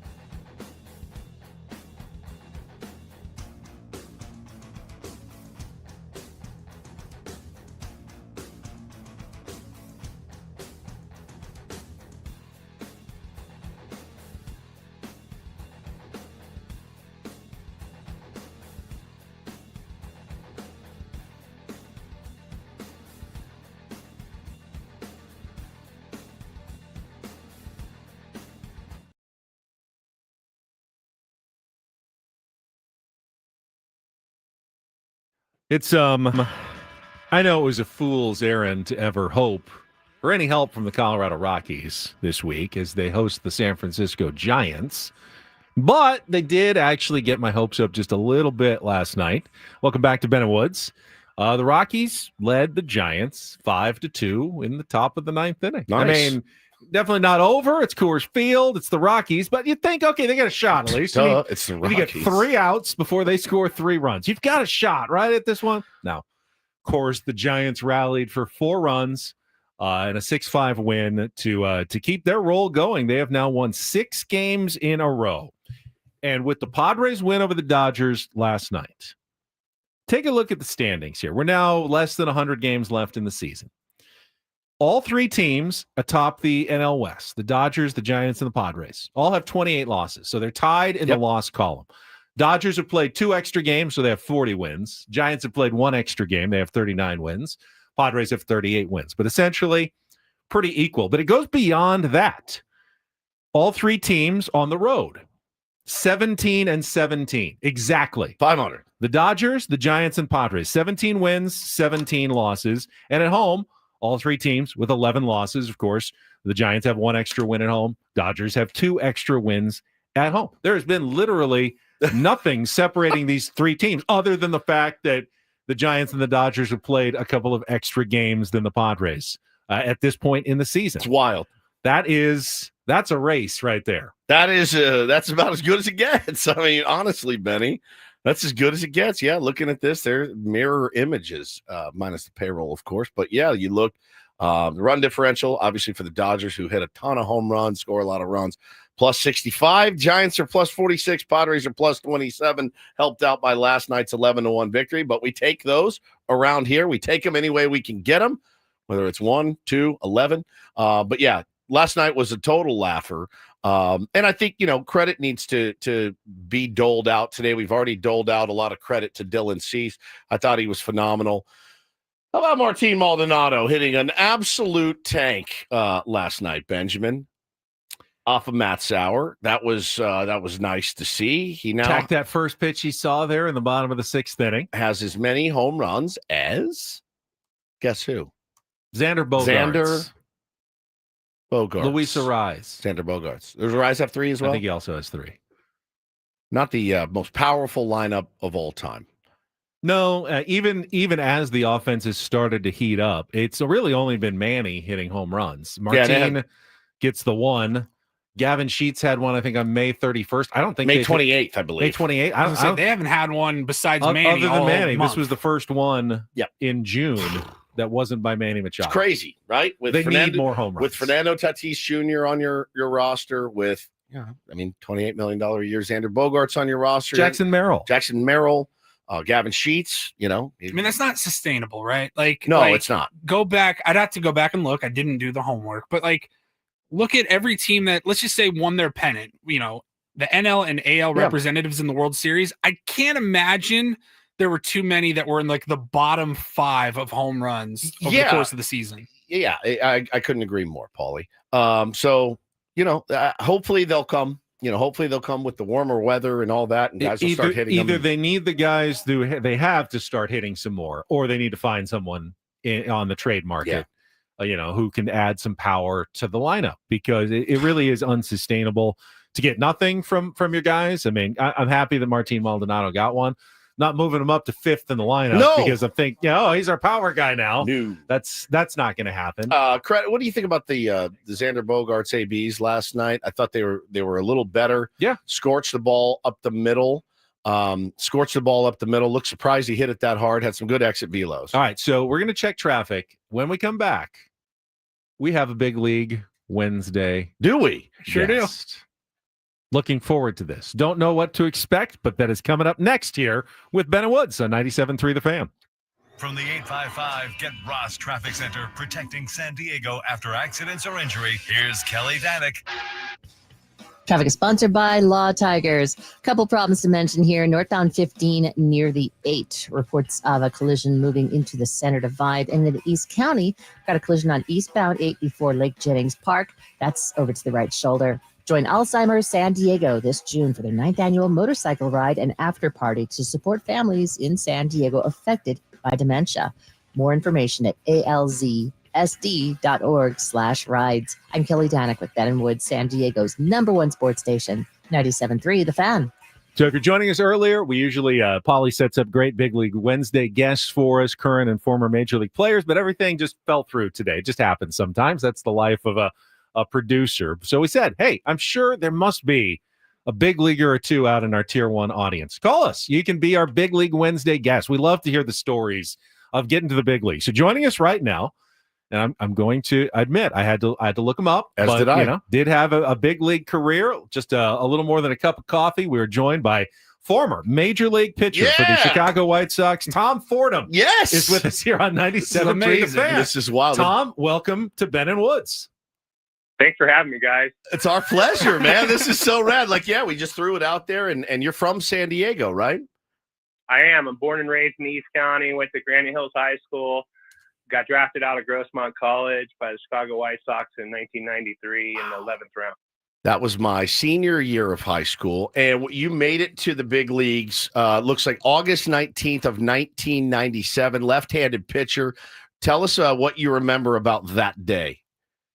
Well, I was in AAA the day before and got called into the office, and my manager said, congratulations, you're going up to start the first game of the doubleheader tomorrow against the Toronto Blue Jays. And from that point, it was a blur. Just a blackout, like complete blackout.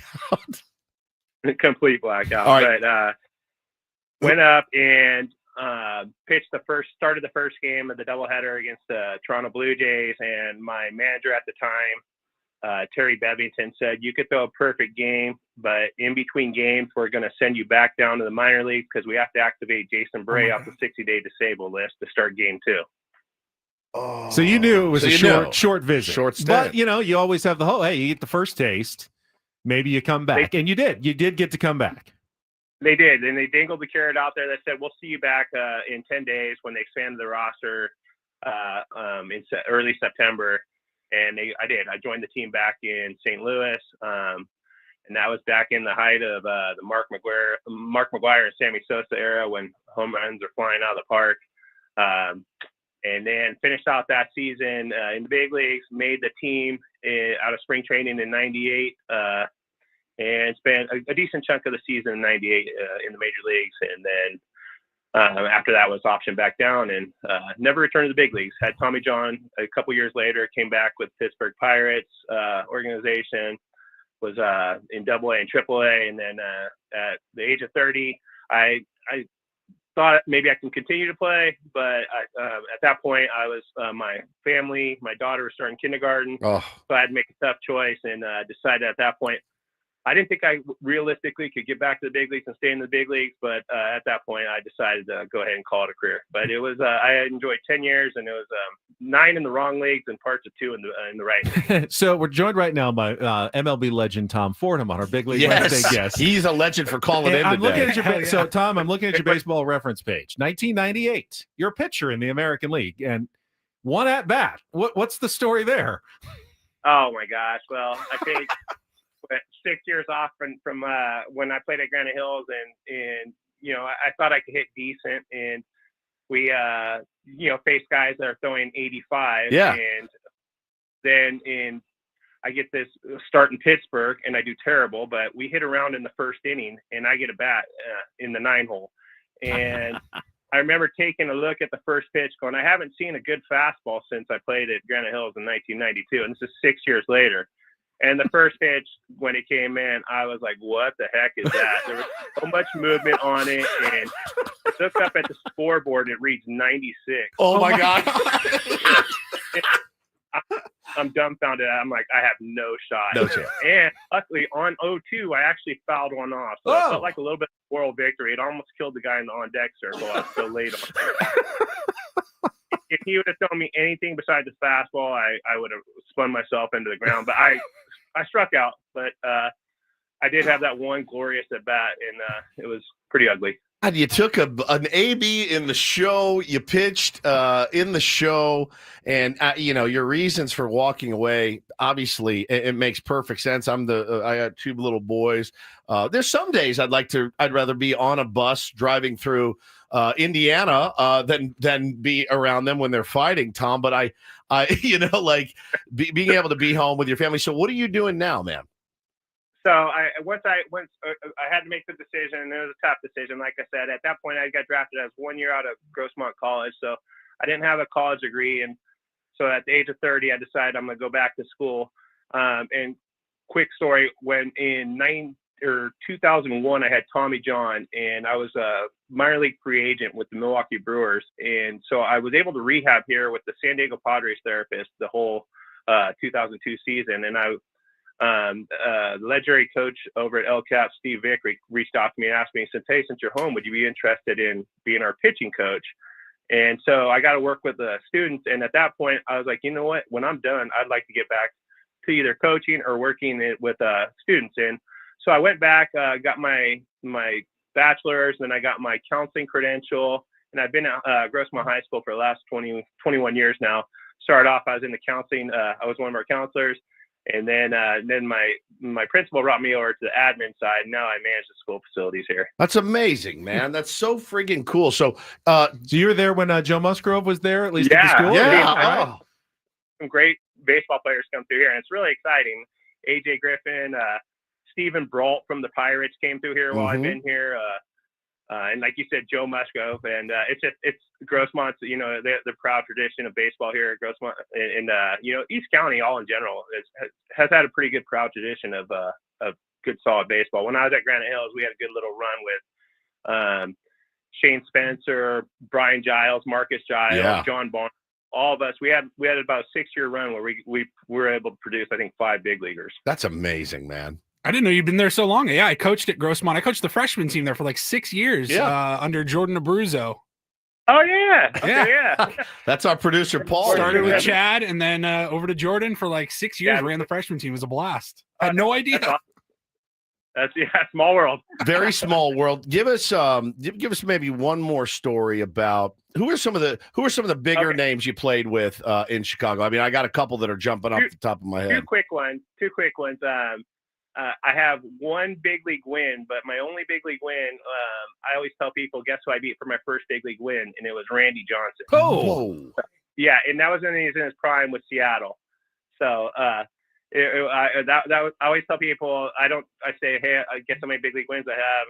Or I say, guess who I beat for my first major league win? And then I tell them not to ask me how many total I have. Yeah. I'm Tom Fordham. I only beat Hall of Famers. I only beat Hall of Famers. That's literally it. That's insane. A couple other real quick. Back when SportsCenter had the "Did you know" when they ended a segment and they throw this random stat up there, I gave up I had to gave up a home run to Omar Vizquel, and he had a streak of like 1,600 at bats without a home run. My buddies were really proud of that. What was the pitch? What did he hit? What did he hit out? Did you hang something? It was I think a hanging changeup, and he hit it right down the line. Went back in Jacobs Field back in the day. And, James Shields gave up one to Bartolo Colon. It could be worse. Yeah, it happens. And I'm sure you guys know Brian Giles. Oh yeah. And, so when I never made a relief appearance till I got to the big leagues, and they bring me in when I got called back up in '97 as a reliever. They bring me in and the bases loaded, and this is when Cleveland just had a dominant lineup with Manny Ramirez, Jim Thome, Giles, Dave Justice, all those guys. And they bring me in with the bases loaded and nobody out in the top of the second, and we're down 4-0. And my buddy Brian Giles is on third base, and my legs are shaking so bad I'm thinking they're going to call a balk. And I look over at Giles, and he blows me a kiss. Son of a bitch. Oh my God. Yeah. God. Those Gileses are troublemakers. Baseball players in general are the worst, man. Yeah. The worst. Brian and I went out to dinner afterwards, and I said I could have did without that blown kiss to me. You know, I'm nervous as heck. I'm thinking the umpire's going to call a balk because my legs are shaking so bad, and you're blowing kisses at me. And he's like, I thought that'd make you relax. I'm like, come on, there's 50,000 here, and you're blowing kisses to me. Dude, Tom, this was amazing. That was awesome, Thank you so much for calling in and saving us on a Big League Wednesday. We got a big leaguer in for this week. That was rad. I gotta blame this on my colleague Becky Haig here at Grossmont when she's ringing my phone this morning. Hey, you gotta call into the guy. You gotta call into the guy. So, but no, I really enjoyed it. Thanks for having me, guys. Our pleasure, man. Thanks so much, and Tom. Thank you, for Becky, for alerting Tom to call in as our Big League Wednesday guest. Dude, I talk to Tom any day of the week. That was amazing. Any day of the week. I was going to ask him if he wanted to come out and get some innings on Sunday with the tier ones, but he lives so far away. I don't know if I can count on him. I already got some guys that come up from down south, and they're kind of unreliable sometimes as far as getting there on time. So, but yeah, Tom, if you're listening, you want to come out and get some innings, I got some. That innings was for you. outstanding. It was amazing. I loved it. I loved it. Oh, I'm glad that worked out so well. You have no idea. I mean, who's going to call in, what their stories are going to be. God, that was cool. He beat Randy Johnson Yeah, man. for his only big league win. Unbelievable. I love the story of the at bat. Like, I haven't hit in 6 years. 85 and then you saw a good fastball at Grossmont, and then the guy's 96. Oh my God, I'm a dead man. And by your team just batted around, so they're hitting this guy all over the place, and you're going, this is impossible. This is impossible. That was great. Paulie, save his number if you got it, because I'd like to talk to Tom Fordham again. That was badass, guys. That was really well done. A nice pivot. We have another one on the line, like as far as on the, the bait, the chum has been thrown out there, and this would be cool too. But that was really, really awesome. I love that. That was very cool. I love it. Absolutely. I mean, every big leaguer, has a story. Absolutely, of, man. How they got there, how long they were there, even if it was just a cup of coffee. They're always great stories. Yeah, Matt Sauer's story is probably not going to be great. Well, I mean, that wasn't his only appearance, right? Yeah, so yeah, let me tell you guys about the day they left me to throw my arm into a wood chipper for a game in June against the San Diego Padres. Yeah, it'll actually be a good story. It's a great story. Point. Yeah, it's 111 pitches. Yeah, it was cool. My arm is pulled 13 pork. You want to see it? 9 runs. Yes. They left me out there to die. They needed to find a lane for a position player in the 6th inning. So I was that lane. And nailed it. So Padres obviously will go for the series win over the Dodgers this afternoon. We'll have your pregame show for you at 12:10 with Sam Levitt from the Western Metal Building at Petco Park. First pitch with Jesse and Tony at 1:10. And then they're off right after the game, I think, to Arizona, where they can sit and rot for 48 hours or so. Ben is, by the way, he's very concerned about this. He hit Paulie and I up when we sat down this morning. He goes, did you guys see your Mud last night talking about how they're leaving after the game? And I said, well, yeah, isn't that getaway day? Yeah, so, it's pretty standard. But you said, I wonder if people have the option, like Mud or Jesse or whatever, could they get a later flight? Just go Southwest on Friday morning and then go straight to Chase Field. Bro, you could drive there if you wanted to. I mean, so the game isn't until 6:40 on Friday night. So they leave, if it's a quick game, they get to the airport 4:35. They're landing 6:40 in Arizona. Yeah. They're 48 hours away from their game. True. They're just and guys like Don and Mud, it's an Apple TV game on Friday night. So they don't even work until Saturday night. So they're like, no, Saturday's a Fox game. They don't work until Sunday afternoon at 1:10. So Mudd said we are leaving. He said it's. I thought that's what he said. It's a they're getaway leaving after day. today. There's no way. They're going to come later. They'll go. They later. can't wait. They're not going to wait 5 days in Arizona just to work once. No right? chance. They've got to wait. I mean, if you're a golfer, yeah, no, you go. You go and you play golf and you sit by the pool and whatever. Not, if you're Don and Mudd, though, you're like, I'm staying home. I'll just fly out. I'll leave on Saturday afternoon. Right. Make you happy. Yeah. Saturday morning if you want. I'll call out Saturday morning and then I'll see you guys on Sunday. The Padres really should give them the. I know. Hey, we got room on a plane. It's already paid for, but you save like 3 hotel nights. It's certainly worth an airline ticket from San Diego to Arizona. Just show up Saturday afternoon, and then you're there for the game on Sunday.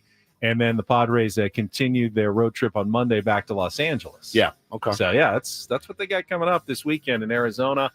We've got 2 hours left. We've got tons of tickets to give away because I didn't do any of it in the first half. I am so negligent. I'm so sorry, Paulie. God. We'll do that next. Coming up with Ben Woods on the Fan.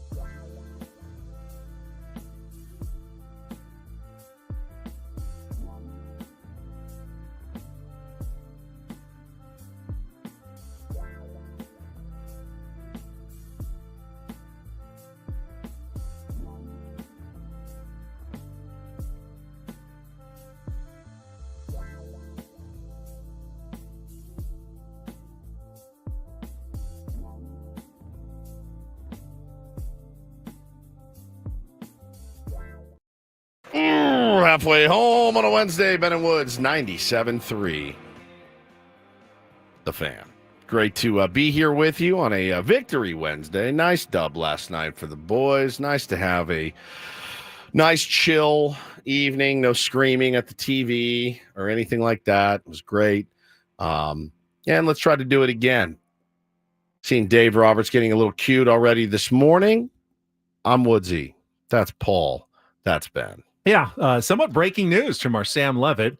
Not sure where they got the announcement from. Is he hanging out in the hotel lobby with the Dodgers this morning? He's very dialed in. But the Dodgers are switching up their starting pitcher for this afternoon's game.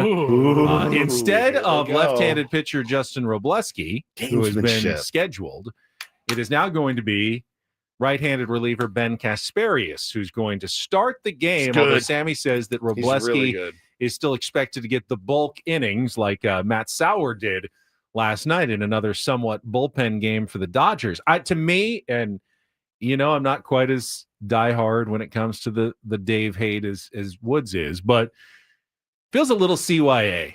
CYA. Cover your ass. He wants to now justify his moves from last night by showing, I couldn't go to Ben Kasparius because I was going to start him the next day, so I couldn't use him. Yeah.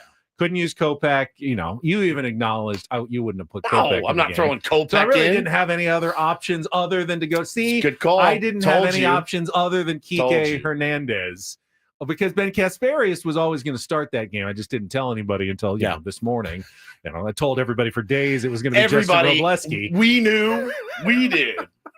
We all knew it, but I'm not. You guys aren't privy to what Andrew Friedman told me that I need to do. So the irony here is that an opener can be a valid strategy because you want to maybe the other manager will change his lineup a little bit. Sure. All right, he's got a right-hander. Let's stack some left-handers early because we're only going to see him in the first inning. Mike Schilt doesn't change his lineup at all. No. It's just like ever. It's kind of pointless to do it against this team because it's like, hey, man, you're basically going to get what you're going to face with the Padres. I mean, you're getting Tatis, Arise, Machado, Merrill, Sheets. Quite apparent for the last few months. And even when Padres fans are screaming, do something different. No. Dave's going here, I'll tempt him to do this with the righty instead of a lefty.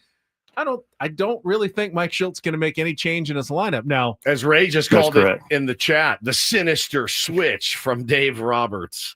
No, it's so innovative. So innovative. God, the way they do things. Oh, geez. It's just brilliant. Brilliant. I mean, look, you knew why. You knew exactly what was going to happen last night when you saw it. And when you saw Sauer looking into the dugout like, hey, Dad, I'm done. I'm done. And Dad is hiding in the corner. Literally, that's not a joke. Hiding in the corner of the dugout, not wanting to take his son out because, he needs to get a position player in for 3 innings to save Kasparius and to save Jack Dreyer and to save, the guys in the bullpen for today's game, which again, the funny thing is to me is like, man, you guys, Padres play these games like it's their World Series. You guys are literally treating this like your World Series at this point. You're literally treating it like the World Series. This is a game in June and you have employed every strategy in your book. So relax on that bit a little bit, number one. And hey, again, just want to give a big shout out to Mr. Sauer. I hope he's doing okay on his way back to Oklahoma City today. And I hope his arm doesn't fall off on the plane. Kind of Bush League what they did to that kid last night. 30 more pitches than he's used to. But hey, man, I hate that team and I love when we beat that team. But man, I felt bad. I felt bad for the kid too, dude, because like Ben said before the show, he's expendable. And I think all baseball players are to a certain point, right? You're only as good as what you can give us. And that's the cruel nature of the business. Now, they are fairly and equitably compensated for that. No question about it. Yep. But holy cow, man, you hear stories like this and you're like, again, it's the God, dude, no organization does it right like these guys do. They're first class all the way. They take care of their guys. They do this, they do that. Man, I looked at that last night and I went, yeah, man, I've seen guys wear it before. I can't remember the last time I saw a guy wear it like that. Yeah, but if that was like Jackson Ferris, who's the Dodgers' top pitching prospect in AA, and they had called him up, there's no chance they would have left him out there for 111 pitches. No, if you're Matt Sauer, you're like, we don't care that we don't much care about you. We don't see that much of a future for you. Nope. We're willing to risk your arm to help us for one day. Honestly, for the next day too. Not even this game. We're more worried about the next game than this game. It's a rough message to send to anyone in your own organization. I mean, he threw 82 pitches was the highest he'd thrown before that in an outing. So like 60 would be a lot for him. I mean, he's a relief pitcher. What, he finished with 111? 111.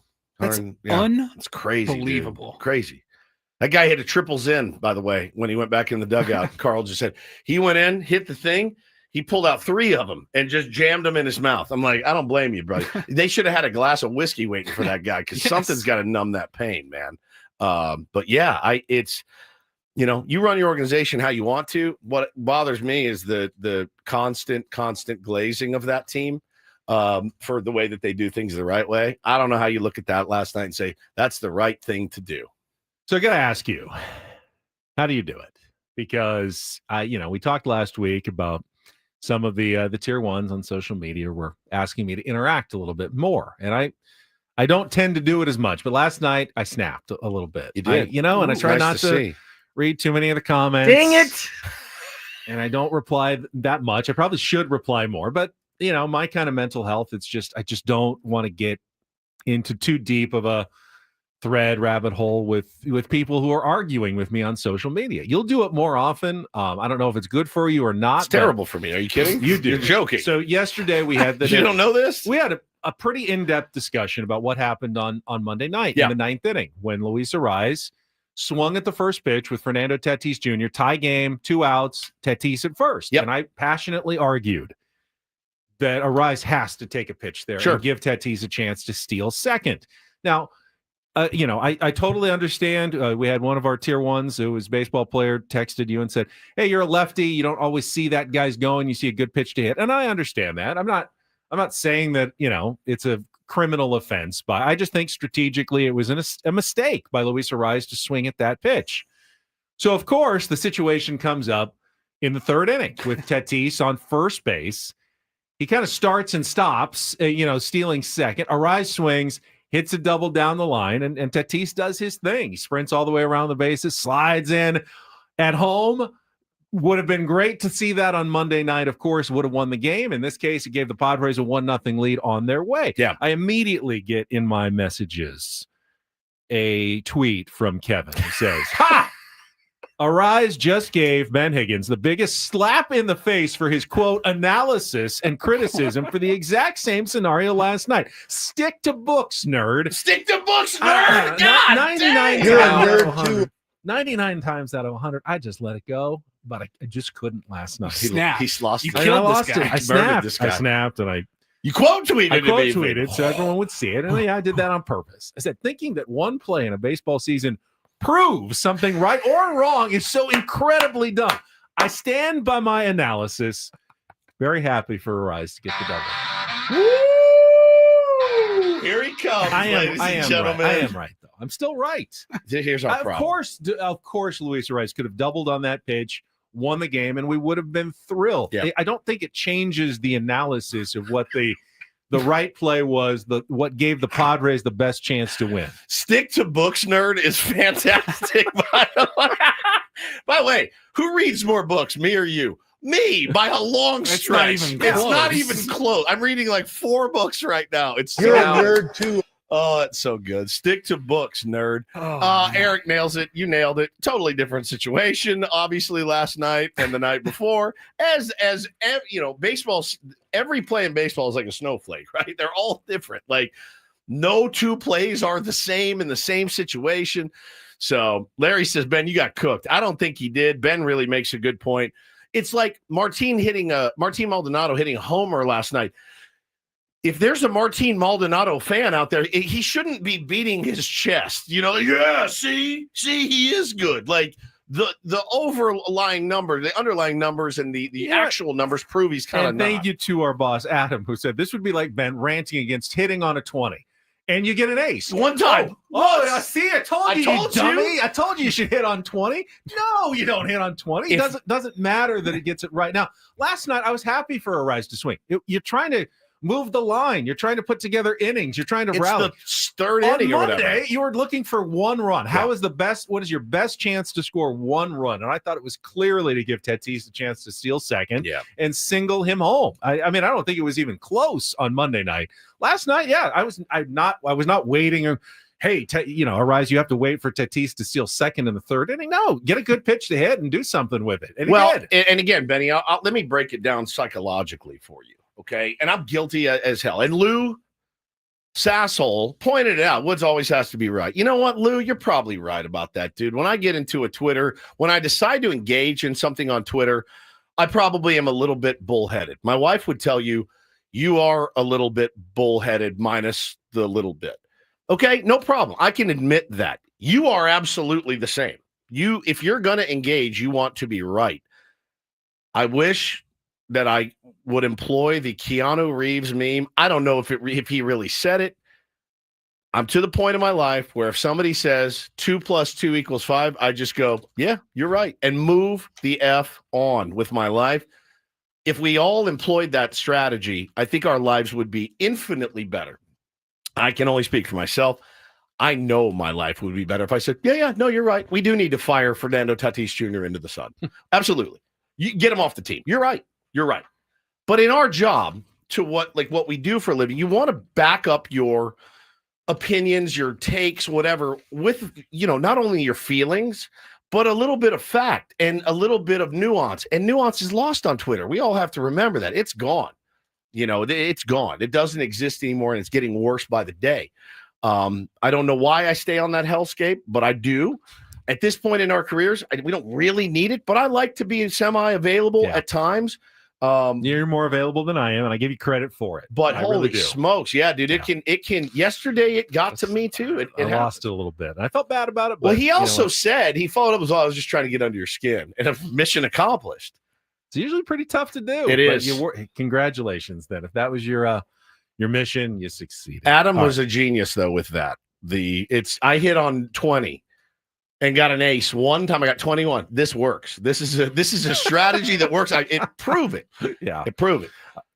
All right, we need a contestant for Take on Woods. We're going to play our musical trivia challenge when we come back. Tier 1 v. Woods for a chance to qualify for Vegas and a spa getaway. 833-288-0973. Call in now. 833-288-0973. That is coming up next, and we're going to start, I promise, giving away some of those tickets as well in our next segment with Ben and Woods. Don't go away. It's San Diego's #1 sports station, 97.3 The Fan. And I will point out, Kevin, I've done pretty well on Prize Picks. I do know something. Put a lot of baseball lineups together. I must know a little bit about the sport to talk about it. I have done now for the last 20 plus years here in San Diego. Prize Picks is a way I've been able to kind of translate my sports knowledge and sports watching into winning real cash. It's daily fantasy for everyone. Just sign up, go download their app, prizepicks.com, use our code KWFN, and when you sign up, you're going to get $50 instantly when you play your first $5 lineup. Let me say that again. $50 instantly when you play your first $5 lineup by using the code KWFN. So how do you play? You simply set lineups with 2 to 6 players and pick stats, more or less, on the projection that you've got right there. And tonight, it is Game 3 of the Basketball Championship Series. Take a look at the absolute free square, 1 point, more or less. It's right there. Who was it again?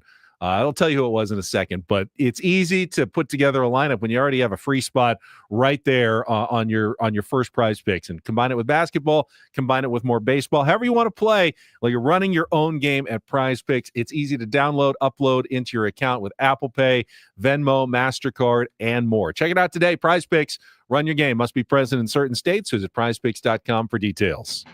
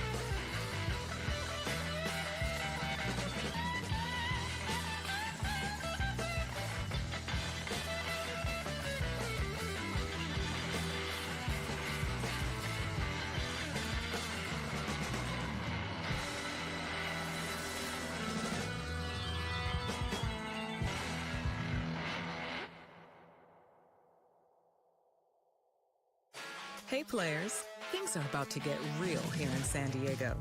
Introducing the all-new Hamul Casino Resort. With a 200-room hotel tower, exciting new eats and drinks, plenty of new places to play, and a luxe spa and salon. Hello, rooftop pool and deck. It's where players can play their hearts out and enjoy all the perks that come with it. It gets real this summer at the all-new Hamul Casino Resort, the players' place.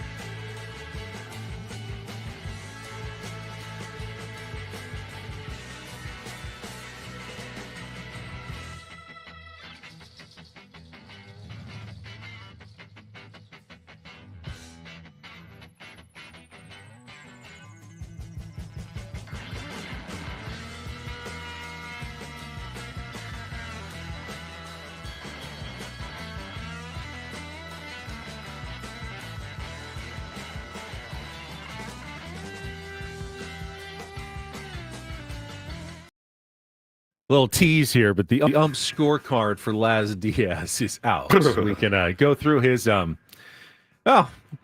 very good grade when we come back here. First, though, let's get right to it. It is time to play today's game of Take on Woods.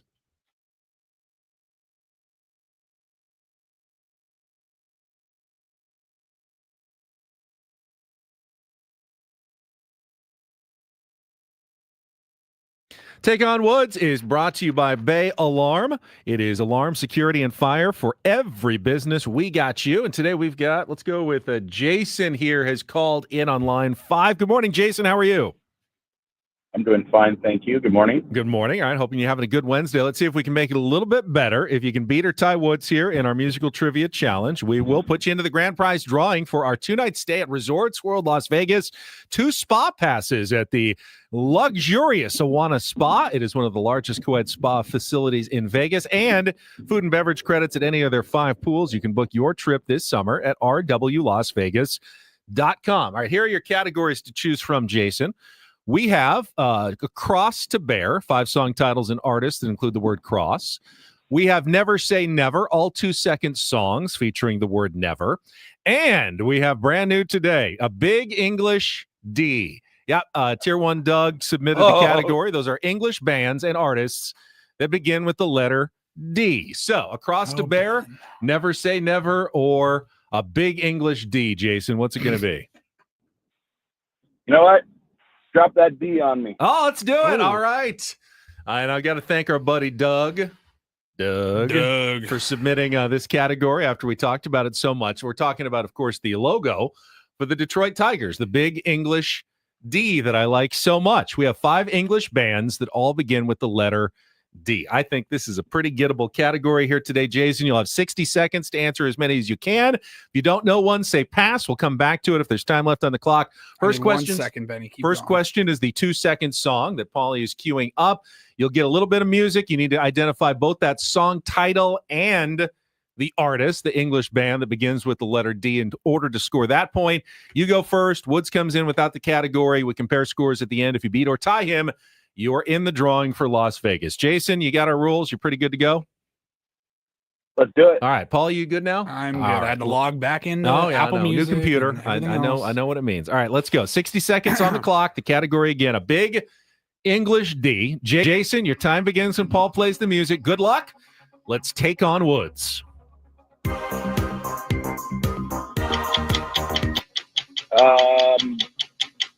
Best mud. The silent. Oh, Keith, come back to it. Sting sings background vocals on which London band's Grammy-winning hit "Money for Nothing"?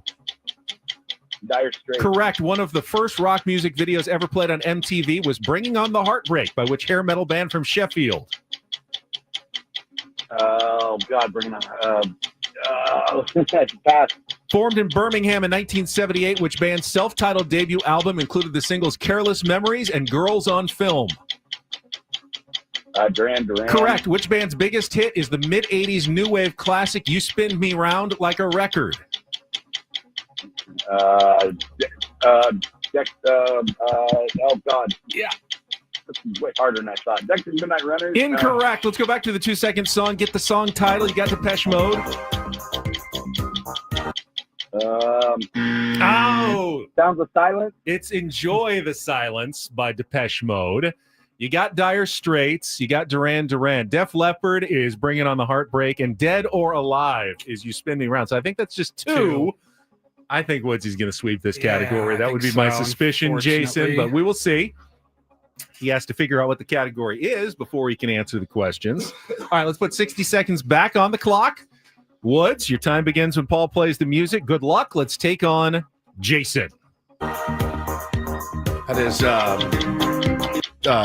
New Order. No, I'm sorry. That's Now, let's Depeche go on. Mode. Sting All right. sings background vocals on which London band's Grammy-winning hit "Money for Nothing"? Dire Straits. Correct. One of rock music's first videos ever played on MTV was "Bringing on the Heartbreak" by which hair metal band from Sheffield?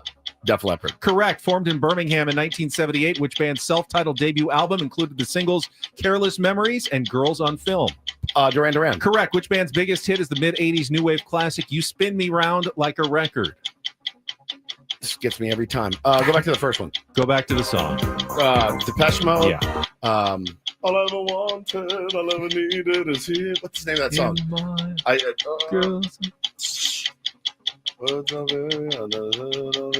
What's the name of the song? I'm going to lose my mind. I don't know. I'm out. Fortunately, you've already won 3-2. Okay, good. But enjoy the silence. Enjoy the silence, my God. Is the name. You thought it was "All I Ever Wanted." John Flynn, who's sitting in the studio with us, also thought it was "All I Ever Wanted." No, I know it's "Enjoy the Silence." I just couldn't place it. And now, then what was the last Dead one? or Dead or Alive. Alive. It gets me every time. That category was submitted by our friend Tier 1 Doug. Okay, good job, Doug. It was a big English D. Those were all English rock bands that begin with the letter D.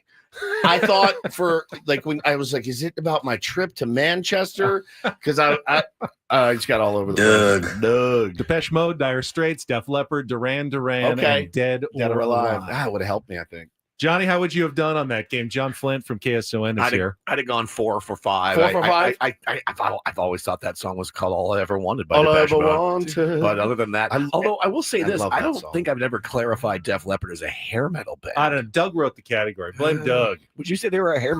Maybe later on in their stages, but certainly not for Bringing on the Heartbreak. When you put out a song called "Pour Some Sugar on Me," you're definitely a hair metal band. Love You Like a Bomb, baby. Come on, get it that on. song kills me. I hate it so much. We're switching, though, from one genre of music to another as we welcome John, who's got a public service message and some tickets to give away to all of our friends here at 97.3 The Fan, Johnny. I've just decided you guys are so solid that I'm just going to come here every week and just beg your tier ones to do stuff for us. Here I am again. We have a big show this Saturday. You guys been to Front Wave Arena yet? I have. I have not yet. I have been there. It is very cool. Really, really good cool. Food, really good sight lines for whatever you're there for. Well, we have a big concert happening this Saturday at Front Wave Arena. We're calling it John and Tammy's. That's our show, by the way. All-American Summer. And it stars American Idol champion from season 10, Scotty McCreery. Grown man. Still calls himself Scotty. Totally cool. He's going to be there. Don't you have a boss named Scotty also? Yeah, that's kind of why I just said that. Also, the band Perry, who had a ton of hits a few years back, they've reunited. They're going to be there, and a couple of new artists, Kelsey Hart and Will Mosley. This is really cool because it's the day before Father's Day. It's an all-ages show. So, dads, you want to do something cool, bring your kids out there, a nice family event. You can go. A totally cool crowd. Scotty doesn't bring the riffraff with him. I can guarantee you that. Maybe riff, but definitely not Raff. Okay? You can get your tickets right now at KSON.com. Scotty McCreery, the band Perry, and more this Saturday for KSON's All-American Summer. And you guys are really, really cool for letting me come on here and pimp our show. And you even brought a couple of tickets to give away. So let's give them away right now. We get the lines open again. Fifth caller at 833-288-0973. 833-288-0973. Going to win a pair of tickets to see Scotty McCreery at Front Wave Arena. It is the Red, White, and You, KSON's All-American Summer. Call now, 833-288-0973. KSON.com or AXS.com as well. Thanks, John. Remember, there'll be no riffraff. None at all in Oceanside. It's a nice place. I've been up there at Front Wave Arena. Great place. It's going to win this afternoon, huh? No, all series victory. Did you go last night? No, I went Monday night. As you can still tell. Yeah. I was bothered by the position play, by the Kiki. It was bothersome. Bullpen session. It was bothersome. 3 innings of that crap. Too much. That's too much. I got some more quotes from one Dave Roberts about that as well. What he told the LA Times. We'll get to that and the Laz Diaz umpire scorecard. He is truly replaced. Now the Angel Hernandez is gone. I think Laz is now the worst umpire in baseball. I got to see he's got to wear it. I got to see they send out grades, like rankings of where they stand on the season. He's got to be near the bottom. It's bad. We'll get to that coming up with Ben and Woods on San Diego's #1 sports station, 97.3 The Fan. First, though, sipping here from my Better Buzz coffee mug. It's my new spot. They are Better Buzz locations all throughout San Diego. And right now at Better Buzz Coffee in San Diego, you can check out their summer limited time menu. Meet your summer flings. I've got some amazing new items, including the coconut best drink ever, coconut matcha.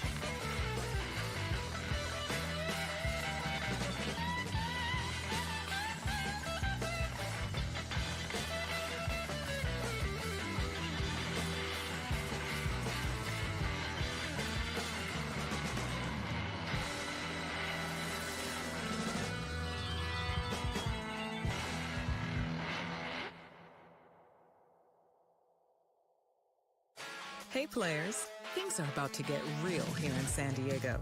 Introducing the all-new Hamul Casino Resort. With a 200-room hotel tower, exciting new eats and drinks, plenty of new places to play, and a luxe spa and salon. Hello, rooftop pool and deck. It's where players can play their hearts out and enjoy all the perks that come with it. It gets real this summer at the all-new Hamul Casino Resort, the players' place.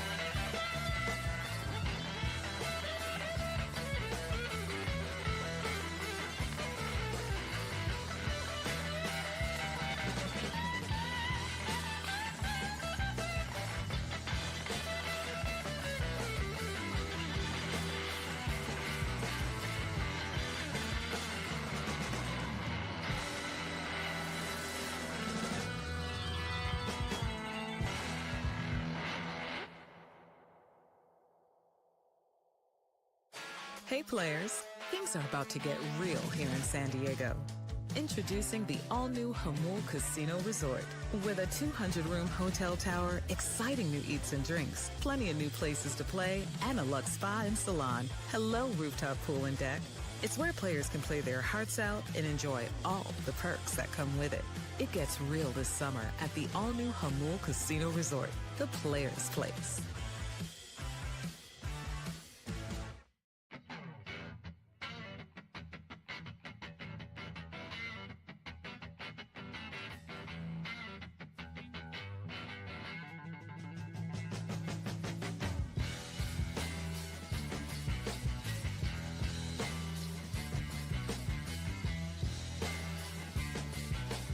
Tours, Woods. Welcome back. So much. Just talking about our trip to Philadelphia. It's now 2.5 weeks away. It's hard getting close. I can't believe it. And we were talking about, gonna do some walking. We know we're gonna do some eating on this trip. I'm so scared of it. Cheesesteaks and Which is more. why we need to do some walking. Which is why we need to do some walking. So I said, yeah, let's do one of those, walking tours around Philadelphia. Woods is like, I don't want to do the ones where you get on like the bus and then someone walks around with the microphone and the speaker and takes you around the whole city. Bro, the guided tour thing of like, I see it when I go to LA, you see the Hollywood tours, people on the bus. I'm like, mm-mm. My wife wanted to do They're it. quite enjoyable. I went on the Bay cruise in San Diego. Even though I knew all about the town, I still learned a lot about San Diego. It's like, I'm pointing out this and that. It's fascinating. Just go explore. That's what I like to do. We had a tour in Seattle growing up that I never went on because I'm like, I live here. I don't need to see the Space Needle up close. I can do that anytime I want. But it was I don't know, like a buddy's high school graduation type thing. His parents were like, hey, why don't you guys all, it was Ride the Duck. They had these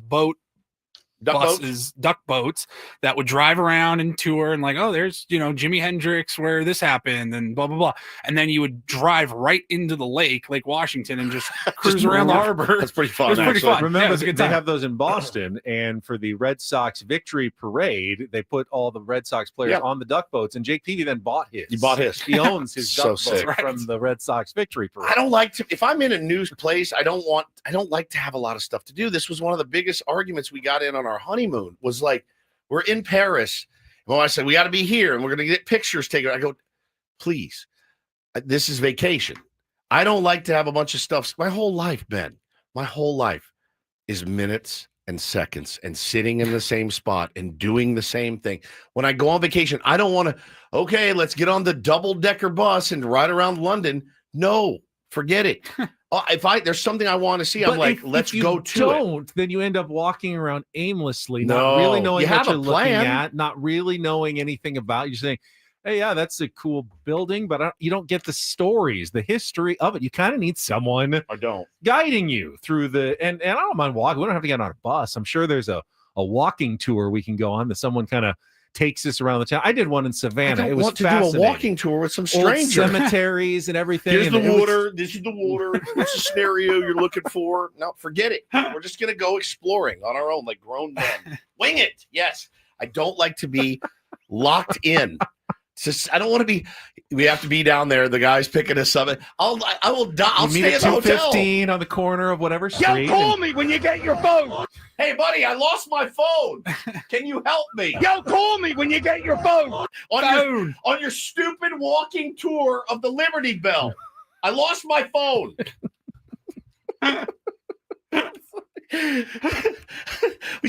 think we just find a rando on the street. So, hey, buddy, you want to give us a quick walking tour? You watched the Clubhouse, which is the one in Boston. And one of the guys was dressed up as drove me insane. Revolutionary War. It gave me hives when I saw it. I watched tours for the tourists. What was his name? It was like Matt Fart or something. I swear to God, somebody find it. So they remember. He's like, "Hey, how you doing? My name's Matt Fart, and you're on the Boston tour." And I'm like. And he was dressed like a revolutionary. Yeah. I broke out in hives, dude. I did. I was like, oh, God, oh, no. Please, no. What was his name? It was Matt Fart. I don't remember his name. I remember the character, though. I swear to God. All right. I'm going to have to find it. Now I'm going to be down a rabbit hole of looking up Matt Fart. What was it? I don't remember his name. I just remember the guy. He's like, I'm not even kidding. Commentary on the Red Sox. This is really my real name. Over here is where and I broke out in hives fully. So Paulie, you don't want to do a walking tour of Philly, do you? No. Why are we going on vacation with a 90-year-old man? That's what I want to. Next year's trip, Branson. The three of us take on Branson, Missouri. That would be fantastic. Paulie, what do we get ourselves into? I wouldn't mind checking out. You know what? You know the top two amusement parks in America are? One is, of course, Disneyland. Oh, Disneyland. The other, in terms of popularity or like fan satisfaction, the other, Dollywood. I can see it. I would go to Dollywood. Junior said Branson is great. You guys don't even know. I know. Let's go to Branson. As a bit, I think it would be really fun and funny. Yeah, we're gonna go see the Rocky statue. Obviously, will we even know what we're looking at if we don't have a tour to tell us about? Yes, we'll Google it on our phone. We'll find out how to get there. Is that the Liberty Bell, or is it just a regular bell? No, somebody just said it's very underwhelming. Well, I mean, maybe we need somebody to tell us about it. It's tiny, actually. So please, somebody go look at what that guy's name was. It's gonna drive me crazy. Was he gonna go back and watch the entire Clubhouse? I'm gonna have to. I think again? I remember which. I think it's the very first one. Is it not? Yeah, I think, first episode. Yeah. Hello, I'm Matt Fott. I don't remember. My favorite character, like minor character in that show, was there was like one scene where they were walking around Fenway Park outside of the gates before on a game day, and they had this guy who was selling merch. He had his own merch stand, and he's like, he was just like hawking it to the crowd. He's like, Red Sox caps here, Red Sox sweatshirts here. Red Sox jerseys here, like monotone. Yeah. I'm like, I want to buy something from that guy. Yeah, that dude. So yeah, I really don't want to get locked in on stuff. In restaurants, yes. I'm glad I will thank you for that, for having every meal planned out. I'm very excited about that. Don't be afraid to mix in like a salad for us or some fruit or something. Meat and like cheese steaks. We're just gonna come back like ribeyes and cheese ribeyes, and pasta and Italian food. God. The whole time. I've been obsessing, by the way, speaking of our trip. I had a whole 15-minute conversation with my wife about it. We had a strategic plan. As we fly out there together, we do have the same row. And my wife goes, who gets what seat? And I go, I haven't stopped thinking about it. And it's driving me crazy. We, the three of us, a combined 800 pounds are going to be in the same row of I think we're on American, I think. Yeah, it's a Philly hub, I think, American. So what are we going to do? She goes, well, you're the shortest and smallest of them.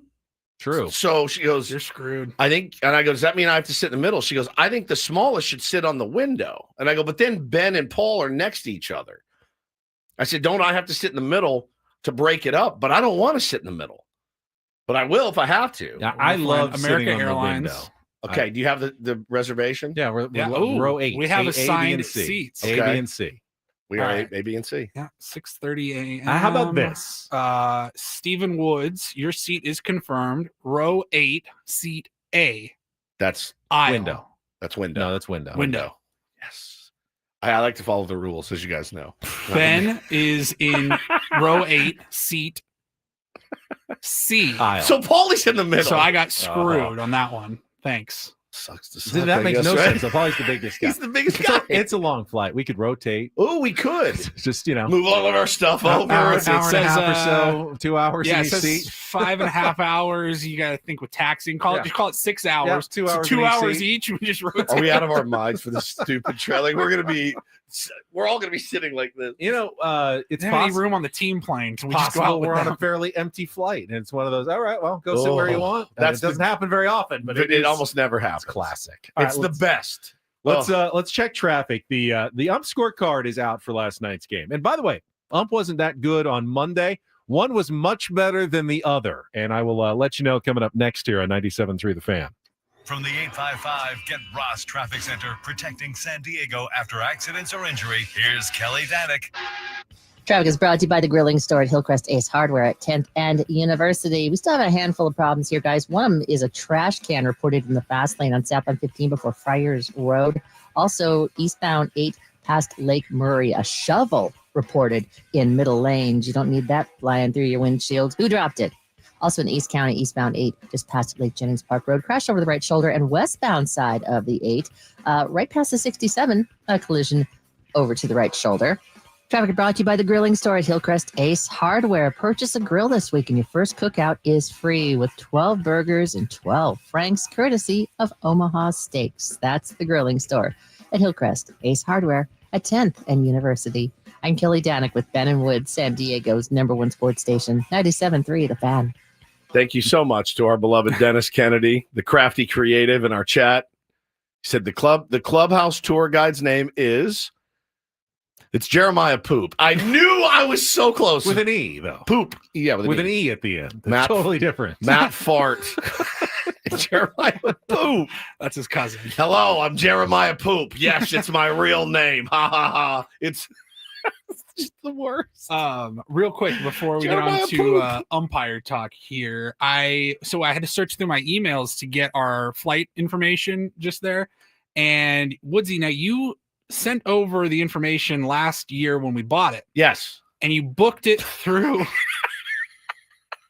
Travelocity, as I'm seeing now. I did not get an email from American Airlines directly. Why this don't was you from just Travelocity. upgrade your seat, Woods? Just give them a call right now and for any upgrade of the your tier seat. ones that It's too soon, man. It's too soon. For any of the listeners that did catch episode 1 of Off the Air with Ben and Woods last week, you heard what happened with Woodsy and his Travelocity scam.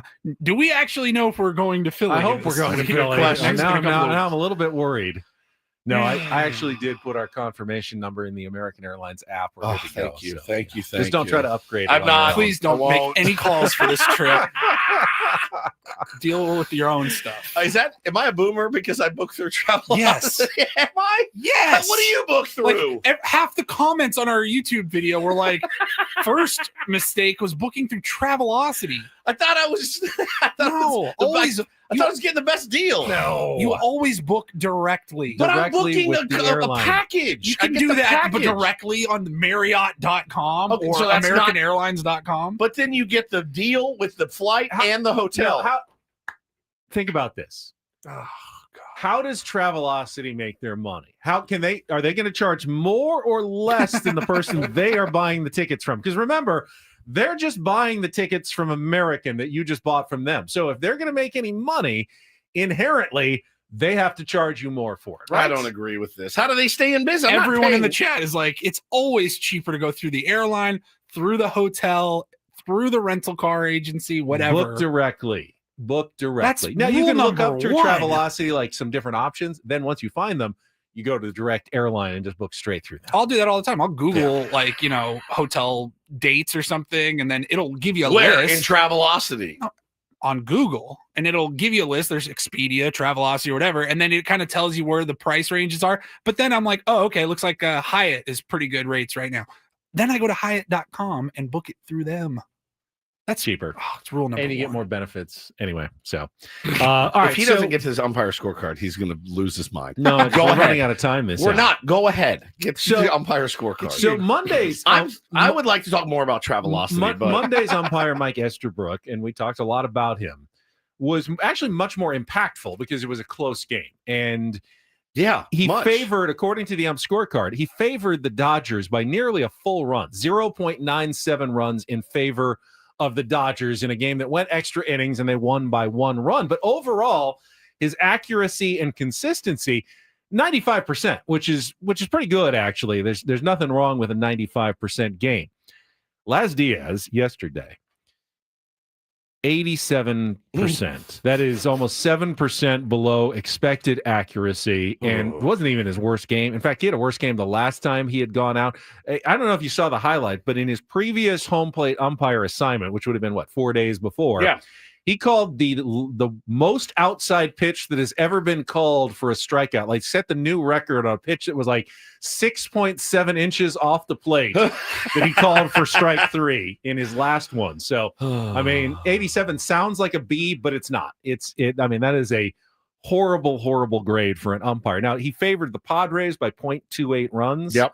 They won by 10, so I don't think Dodger fans can go, well, we would have won if it weren't for Las Diaz favoring the Padres on those calls. Like I said, Monday's umpire was much more impactful on the game, but yesterday's umpire was much, much worse overall in terms of accuracy. Yeah, he was bad, man. He was really, really, really bad, and he was bad early, and he was bad equally. He was bad really on both sides, and just a very low grade and zero. What's the word I'm looking for? Not contrition. There's no accountability. What about the replay though? Tatis in the first inning. I thought he got him. It was really, really close. I certainly could have, but I mean, we had a play at the exact same play when the Padres were in San Francisco, and it couldn't have been more obvious that the guy was out on replay. Remember? Diving back to the bag, and his foot was above the bag. His other foot wasn't close to the bag. The tag was on.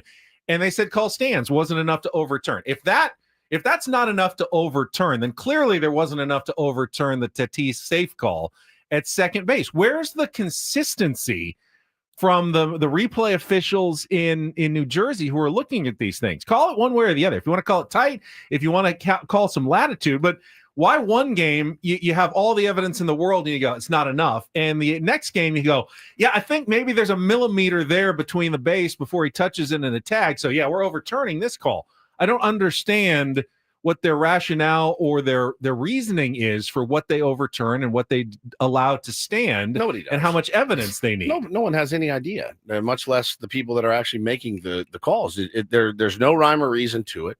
Last night, I was pretty pissed when he got picked off with the first inning. I'm like, there is no benefit to dancing off first base. You're scoring on a single, no matter where it's hit.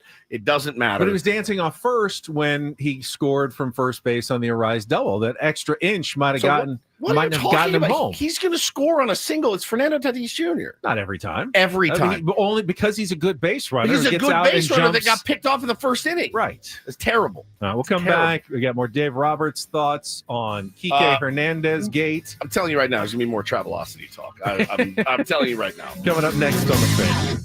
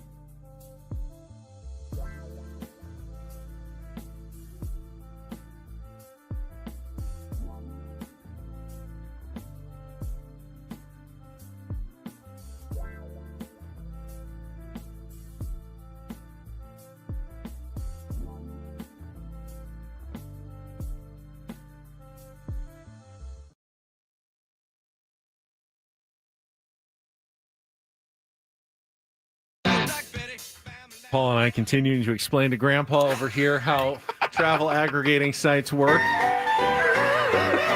It's the entire break.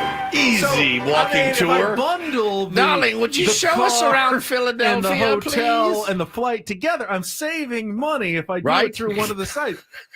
No, Woods. No, you're not. So how do these companies make money? Like off idiots like me? Or like, yeah, exactly. Kind of. I feel like when I go to book a trip with flight and hotel, I like to have a couple of different options, different airlines. I'm not going to call or hello, Frontier. What's your best offer for June 28th to Philadelphia? Hello, Alaska. What do you guys offer? Like, forget it. Forget it. It's all there. And I feel like I'm saving money in the long run. Now, I just Googled the hotel that's nearest to the office, the Hilton Garden Inn, San Diego, Mission Valley. Okay. Priceline, $160. Expedia, $139. Booking.com, $160. Hilton Garden Inn, $142. $142 is more than $139 that I can get on Expedia. But hold on. Okay, now go all the way through Hold the on. process. Now, when you book it all the way through, though, Gotta pay a fee. You're going to find some fees and some service charges. So you're telling me I'm not going to pay a service charge by booking directly with the hotel? That's garbage. You know I'm saying that you will not pay more. You will pay the most. You'll pay the least booking straight through their hotel website. Every website is going to have service fees, but Travelocity will hit you with more. They're not going to book for less than what the hotel is offering. Otherwise, they would lose money every time. I'm sticking with my Travelocity. I'm a fan of Travelocity. Questions moot in the chat says, Jesus, Wood still calls airlines? Yeah, I was making a point. I haven't called an airline in many No one years. has. I remember though, like my grandma calling like to book flights and having to do it all over the phone. I mean, hello, darling. Man, that was a hassle. I still think it's weird when you watch like movies or television shows from say the 90s and you see people like walking their loved ones to the gate or meeting them at the gate. Right. Can't do that anymore. Why it says you lose the ability for the hotel to help in case of That's issues. true too. Yep. Then you have to go through 2 layers of I have an issue with my reservation. You get to the hotel and he goes, well, we didn't book it. We don't have it. You have to talk to your booker of whatever site you use to call book Travelocity. Yeah. Google their number. What kind of issues? If you have to change the dates or Wrong something. class of room, and there's all kinds of issues that happen when you travel that you have to be prepared for. Flight got delayed. Yeah, whatever. I mean, but they'll be like, oh, you have to handle that through the booking website. Okay. Somebody just said in the chat, the O-Siders said, Chris Ello yesterday said Wood's opinion didn't matter because he plays adult league baseball and alluded to Tony's thoughts because he was an ex-major leaguer. He didn't hear the segment, so people take things out of context. I'm not offended. That sounds like Ello's taking serious shots. Yeah, but I don't think but Ello played adult league hockey forever. I mean, he's not against adult sports, I don't think. But it's not, I mean, I've never said I play adult league baseball, so I know. Right. I know my opinion matters more. That's why anytime we're at the round table, I think the round table should be Ben and Tony Gwynn Jr. Yes. That's the round table. Legitimately. Ben asking the questions and the only big leaguer on staff, Tony Gwynn Jr., answering said questions. I think you have some really valid baseball. I think you're a very savvy baseball observer. I try to be, and a lot of Padres fans. We have a really knowledgeable fan base that are really good. There's some fans I clearly know more about. The game than so we do. Impressive, dude. But I do think that after covering this team and this sport for a quarter of a century, and you've been a baseball, diehard, and then really the last 10 years, and we are privileged in that we also get to talk to a number of people who really know the game and pick their brain. Like a Skip Schumacher, or legends of the game, Randy Jones, whoever. We get to pick their brain and add their knowledge to our own. We are in an advantageous position that I think allows us to have a little better insight than just your average fan. I would hope that's why you tune into programs like this. That's why we're here. At least for one reason. We're trying to give you. Are we always going to be right? Of course not. Neither are they. Right. Neither is Mike Schilt. Bro, neither are the experts a lot of the time. Of course. I mean, the literal experts. And, there is credence when Adam Jones says, you didn't play. You don't know what it smells like in a game 7 or whatever. He's absolutely right. And that's an experience I'll never have. I know people have. don't like hearing that all the time, but it's true. It's true. But the thing is like it doesn't bother me when I hear that. Cole says, I knew this was going to come. I didn't hear it. Maybe he was taking shots. I have no idea. But I know what it feels like to stand in a batter's box. I did it on Sunday. It's a batter's box, and the guy's throwing the ball. It's not underhand. I know what it's like to see a guy get smoked in the face with a 90-mile-an-hour fastball. I saw it on Sunday. So there's I'm at least around the game, still playing and trying. And it's important to distinguish that you've never come onto the air and never be once. Like, look, trust me, I know what I'm talking about. I play adult league on Sundays. Never ever. But like again, I saw a guy a couple weeks ago that threw 4 different pitches. Like that was pretty challenging and stuff like that. So I think there's some credence there I think you play gives you more empathy for how difficult way the game more it probably is. too much probably more than I should. I have a lot of empathy for professional golfers 100% because I know how hard the darn game is. I'm going to be watching the U.S. Open this week, honestly, just for exactly how hard it is. But the thing is, I think every Tom, Dick, and Harry that has ever grabbed his golf clubs and went out to a course, I think everybody should have empathy for that sport, right? But baseball, we look at some games and we watch it and we go, bro, how do you miss that hanger? That was right there. 99% of the population misses that hanger, right? Like it happens. It's such a hard sport, dude. It's such a hard sport. And it really, and sometimes I talk, even being at fantasy camp, and anybody that's ever been to fantasy camp knows after 2 days, and we're talking about guys maybe in their 30s too, after 2 days in cleats running around, you're like, oh my God, I can't move my body at all. Then you get on a plane, you fly for 6 hours. I really am empathetic to what these guys go through, man. I think it's you have to experience it, a little bit. You know how hard it is, Ben? How hard would it be if I went down to the parking lot, took my tee out of the bag and put a ball on my tee, gave you a bat and said, hit this ball hard? How hard that would be for you? Not having done it in as long as I haven't done it, yeah, massively. I mean, I have decent hand-eye coordination through golf, but not just one try in baseball. No, it's would not be able to do that. Very, very, very difficult. Very difficult. So we need to go pull that segment. Are we going to have an on-air war here? Maybe. All right. Been a while. It's been a while since I've gone after anybody on our own station.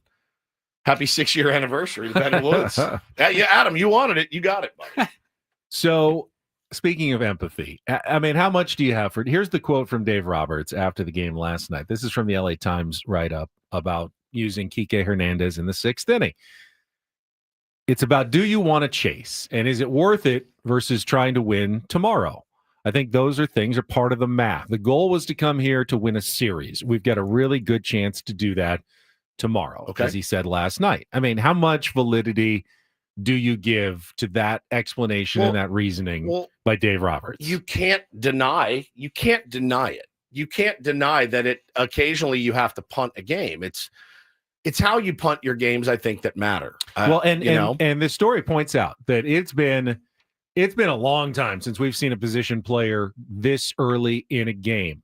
2 years ago, the Cleveland Guardians had David Fry pitch 4 innings at the end of a rout against the Minnesota Twins. That was the first time it had happened since 1988. So this is only the second time a position player has gone more than 2 innings in, 30 some odd years. It's been a long time since we've seen a game like this. And the writer of this story, who is Jack Harris, covering the team, his last line, he says, given how Tuesday went, they better hope they've got a chance to win the series, because if not, their 10-run loss will be an embarrassment without much of a reward. Yeah, I mean, and again, it's one series. They're a good team. They're going to be there. They're getting a lot of reinforcements back.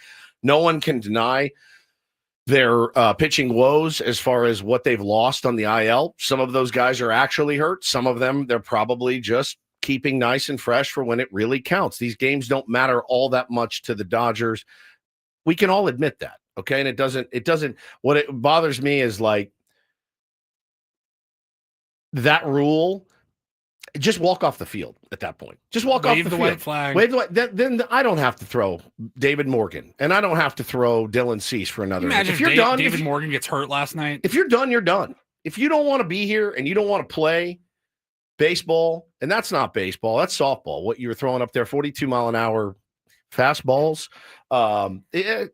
there's no need for it. Just walk off. That's what he's doing the bits. So walk why off don't they the have field. a white flag? Just say, hey, walk off the field. Surrender. Man. We surrender. Because they probably the Dodgers Well, would probably employ it 50 times. You have paying customers who bought tickets to go to a 9-inning baseball game. You still have paying customers that had to go watch Kike Hernandez throw for 3 innings last night. Those guys paid, and it was. I'm not going to get on a pulpit. You've disrespected the game of baseball. You did what you had to do to set yourself up for today.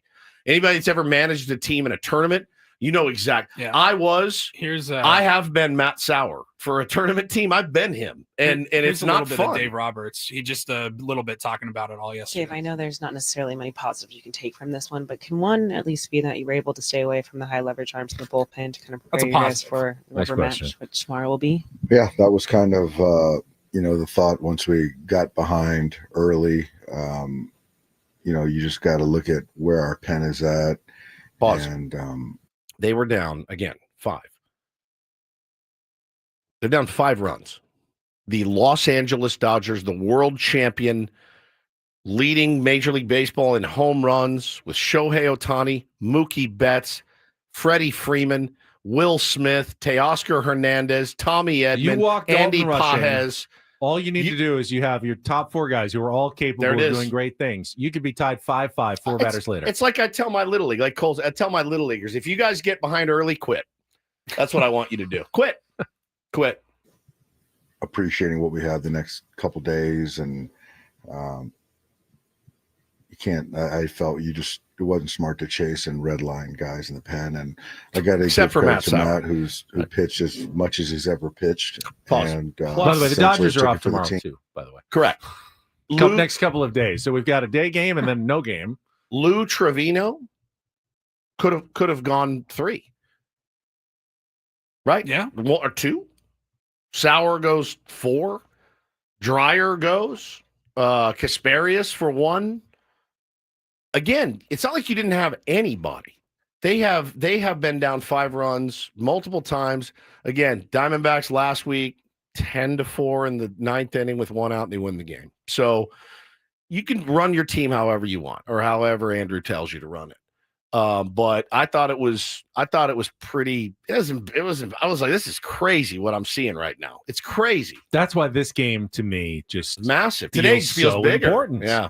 Padres. Like, you're pissed off if you're Major League Baseball. You're upset with how that went. Like, nobody was enjoying that in the 7th, 8th innings when we're like, we gotta watch this guy run out there again. If there were baseball gods, the Dodgers would lose. They clearly don't exist. They don't I'm sorry. exist. That team makes you. The gods would be angered at what Dave Roberts did. Yeah, they'll win by 8 today. And they would say, you will not benefit. They will wave their wand or hand or whatever baseball gods do and say, the brakes are going to go against you, and you are going to lose this series despite your best laid plans to throw a position player for 2 1/3 innings and, try to game the system. That's not how baseball works, and karma is going to come back to get you. Of course, as you just said, Woods, you were right. The baseball gods do not exist. The Dodgers could get every break in today's game. But again, for me, it was more about I'm going to leave this dude out there to rot until I get to that exact number where I can put in a position player. I'm going to leave this guy out there to absolutely die on the vine in front of his teammates, in front of his family, in front of, they're watching. I'm going to leave him out there, and then I'm going to send him to Oklahoma City tomorrow. I get it, man. It's a business. We say it all the time. I felt bad for the guy. I'm really curious. What would have happened? The 111th pitch by Matt Sauer was a meatball to Xander Bogaerts that he ripped for a 2-run single to make it 9-0. Had Xander popped that one up and the inning was over, what do you do? What were you going to do the next inning? 7-0? You can't bring in a position player. Who are you bringing in? Are you sending Matt Sauer back out for pitches 112 through 137? Yeah. Are you having to go to Ben Kasparius, who's now your starter? If anybody had activity in the pen or something. What were you going to do, Dave? If Xander kind of bailed you out with that 2-run single, what were you going to do? Of course, even Xander when he does gets a hit, and he doesn't, you did it wrong, man. No, I think it's. I thought it was lame. I did. I just thought it was lame. I thought, here we go again. And I look forward today to the think pieces from Jeff Passan and Ken Rosenthal about, how they do it the right way there, first class org and all that mess that we are fed over and over and over and over throughout the course of a season about that team and how they do their business. Kike Hernandez has how many innings pitched this year already? 4.1. What's his ERA? It's like 2 something. It's like 2. Yeah, 2 something. Pretty effective. Maybe we'll see him again today. Everybody, I love that. I hope so. I hope we see that dude again. There was a point where he's just lobbing him overhand, and then Tyler Wade was up, and he threw one like submarine to him, and Tyler Wade's laughing because it's funny. It's funny. I get it, but I'm also like at that point even more so. I'm like, what are we doing? Why are we here? Why are we here? Just walk off the field, man. This isn't the Savannah Bananas. Yeah. Like, what are we doing right now? I was dying though. The comebacker, and the guy's a friggin' infielder, and he sails it in the center if I'm field. a pitcher, I'm going, it's harder than it looks. Yeah, what's up now, dude? That turn to second, a little harder than it looks, right? Weren't you bitching about the feed you got? Like, hey, man, not so easy, is it, when the shoe's on the other foot, dude? Yeah, it's crazy. So now, they do have arrested Ben Kasperius. He's been named the new starter for today's game. Is he going 1? Is he going 3? I don't know. Justin Robleski is expected to be their innings eater, their bulk guy, Matt Sauer. Coming in second. And it worked out fine for the Padres yesterday to face an opener and then a bulk guy. Will it work out in the series finale? We will have it for you coming up with Sammy's Eco Water SoCal pregame show at 12:10 today. First pitch with Jesse and Tony at 1:10 as the Padres look to take their first series from the Los Angeles Dodgers. Would put them into a virtual tie in the standings, and then the Rockies would actually be playing for first place today against the Colorado Rockies because they're a half game ahead of the Giants would be playing against the Rockies for first place, because they're a half game ahead of the Padres in the standings. So we'll keep an eye on that. Right now, though, we have more tickets to give away. It is time to give away passes to George Lopez. He's coming to the Civic Theater. You'll have a chance to see him on June 21st. You can get your tickets now at Ticketmaster.com, courtesy of Outback Presents, or win them right now here from 97.3 The Fan. Be the fourth caller at 833-288-0973. Fourth caller at 833-288-0973. Going to win 2 tickets to George Lopez at the San Diego Civic Theater on June 21st. Good luck, Paulie. He'll take your calls, and then we will come back with more Ben and Woods, including a Reindl Report ahead here on San Diego's #1 sports station, 97.3 The Fan. First, though, I want to tell you about SDFatLoss.com. I heard one of Straby's new ads interviewing another success story. Heard about SDFatLoss.com, listening to our station. I think he said he was like 380 pounds. Has completely changed his life. Like his diabetes has gone away. I don't know that they can promise that, but I certainly, when I lost my weight, 40 pounds in 60 days, my back pain went away. My knee pain went away. My sleep apnea went away. I have so much more energy, definitely sleep better. The weight loss has been incredible. Now, you can lose weight different ways. There's the injections. They work for some people. Do they tell you that you have to keep taking them forever, essentially, or the weight is just going to come back on? Not with SDFatLoss.com. You lose weight by eating real food from the grocery store, steak, chicken, even from restaurants, and it makes keeping the weight off so much healthier and so much simpler. Call and get a free consultation to find out how the program can work for you at 858-665-3211 or booking it at SDFatLoss.com. Lose up to a pound of fat per day, 10 to 20% of your body weight in 60 days. Get $200 off right now by mentioning 97.3 The Fan and Ben, and take the weight off by the time it gets really hot in August. You can still do it now in the summer at SDFatLoss.com. That's SDFatLoss.com.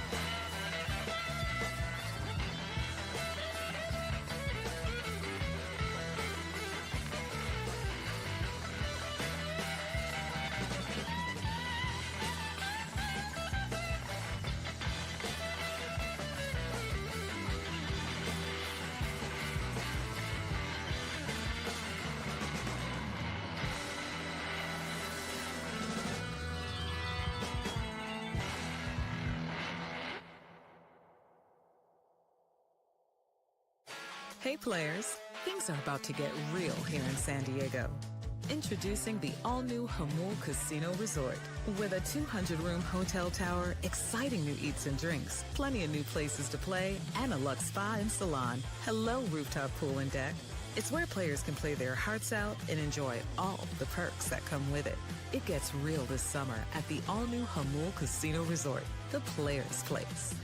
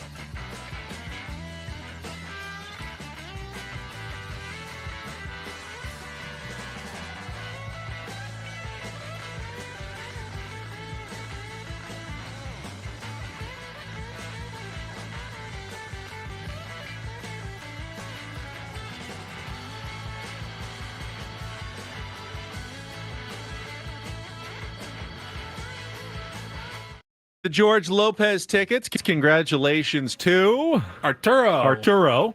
But you got to clear the lines because we're going to be giving away our Padres tickets, Padres Royals tickets here soon. Yeah, we are the station with all the tickets here in San Diego.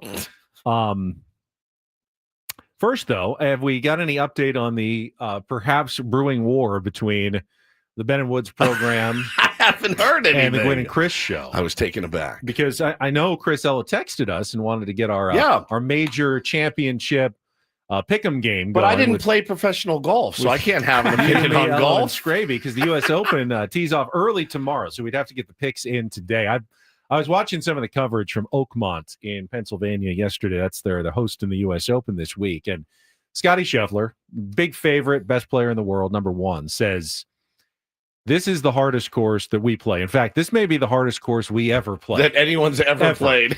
Rory McIlroy played a practice round. He said, I shot an 81. Good God. He won the Masters this year. Multi-time winner on the PGA Tour. This place is gnarly. The rough is thick. It is deep. Bunkers all over the place. You know what they're famous for? Between the third and the fourth hole at Oakmont, they have the Church Pew bunker. Yes. Which is just this. It's really just one giant bunker with these grass rows of mounds in there. You don't want to be in the Church Pew bunkers. The greens are lightning fast. So you think of Augusta National as a place that has the fastest greens probably everywhere, big slopes and everything.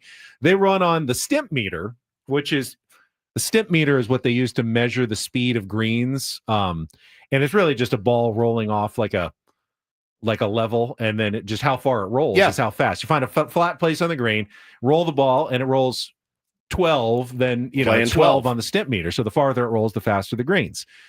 Mr. Stimpson actually invented the stimp meter because Oakmont's greens were so fast in 1930. The players had never seen anything like this. At Augusta, they're usually in like the 13 range. They're thinking 14.5 to 15 on the stent meter with a lot of slope. They had a guy standing about, I'd say, 6 feet from a hole. And he took a golf ball and he just, like, think about a chip shot onto the green. Threw it right at the hole, hit the hole, and rolled 20 feet past. Just down. I mean, it was like throwing it on a hockey rink. Yeah, glass surface. It is going to be such a challenge for these guys. And the rough is insane. The greens are tough. Do you like that? Do you want to see a major championship? I kind of like watching guys that are the best at the world. I like to watch them navigate it, obviously, number one. Sometimes it does get a little egregious where you're like, all right, bro, these guys are shooting, 4 over as your leader. You don't get a lot of movement on the leaderboard necessarily because the good players are just making a lot of pars. Right. Because birdies are can't very come by, rare. Yeah. You're just trying to avoid bogeys. So you get a lot of guys even 1 over, 2 over, and they just kind of sit there. They're doing well as guys drop off. Oh, he just made a triple bogey. He's now 6 over. He's out of it. I do at least once a year for the U.S. Open. I love it. I want to see it. Guys have to battle and, sometimes battle back. You can make a triple bogey and still win the U.S. Open. That's because it's that tough. You have to be mentally tough to know, I put myself in a bad spot. I now have to chip out to the fairway. I can't do what I would normally do, and that is take my big swing, hack it out 180 yards to the green, and still maybe have a birdie putt. Not here. You're going to be hitting it maybe 30, 50 yards and get back in the fairway, take your medicine, and hope to make a bogey, on that green later. So it's going to be interesting. Excited for what happens. I love over the next majors, 4 man. days. It's going to be great. At the U.S. Open. You get the live guys back in there too. So we'll see how they play. It's always good. I hate the fact that there's 2 different golf leagues. I do. I'm missing the best competition, but it is fun when they get together. It really is. It's kind of a cool. It makes these tournaments where they're all together even that much more. Yeah, exactly. See John Rahm, who contended at the PGA Championship, had the lead for a second with Scotty Scheffler, hot minute, and then Scotty pulled away. So he's been playing a little bit better. Bryson DeChambeau's your defending champ, of course. Won at Pinehurst last year. Beat Rory. Remember Rory's tragic 2 short missed putts in the last 4 holes to end up losing to Bryson DeChambeau in incredibly dramatic fashion. So should be plenty of storylines for the golf coming up Thursday through Sunday at Oakmont in Pennsylvania. Paulie's got his Reindl Report in our final segment. Before that, though, I do want to give away some Padres tickets. I'm going to save the best for last here, honestly, with our tickets that we've been giving away all morning. We've got 2 seats for Padres Royals next week at Petco Park when the team returns. It is Star Wars weekend, June 20th through June 22nd. Join the team for galaxy-sized fun. Secure your seats at padres.com/tickets. Call now, though. We're going to give the 5th caller at 833-288-0973 a pair of tickets, not theme game, but just get you in for Star Wars weekend and all the fun to see the Kansas City Royals, Jack Caglione, and the Royals coming to town next weekend, 833-288-0973. All right, Paulie, what do we got on the Reindl Report? Some big personal news for a huge name in sports that absolutely nobody knew about. Yep, saw this one yesterday. All right, we'll get to that coming up next. Benna Woods, last segment ahead on San Diego's #1 sports station, 97.3 The Fan. Gambling problem? Call 1-800-GAMBLER. GEGE 000-466. For a full list of games and rules, played at 7 Mile Casino. Visit 7milecasino.com. Looking for some plans this weekend? It is not far away. 7 Mile Casino is a great spot. I know we still got some June gloom going, but even in the cloudy weather, the patio there is beautiful. Right there on San Diego Bay. Go have a meal at Sammy's at 7 Mile. Enjoy a lunch. Enjoy their weekend brunch. It is the best in the South County. It was voted #1 Saturdays and Sundays from 9 a.m. to 3 p.m.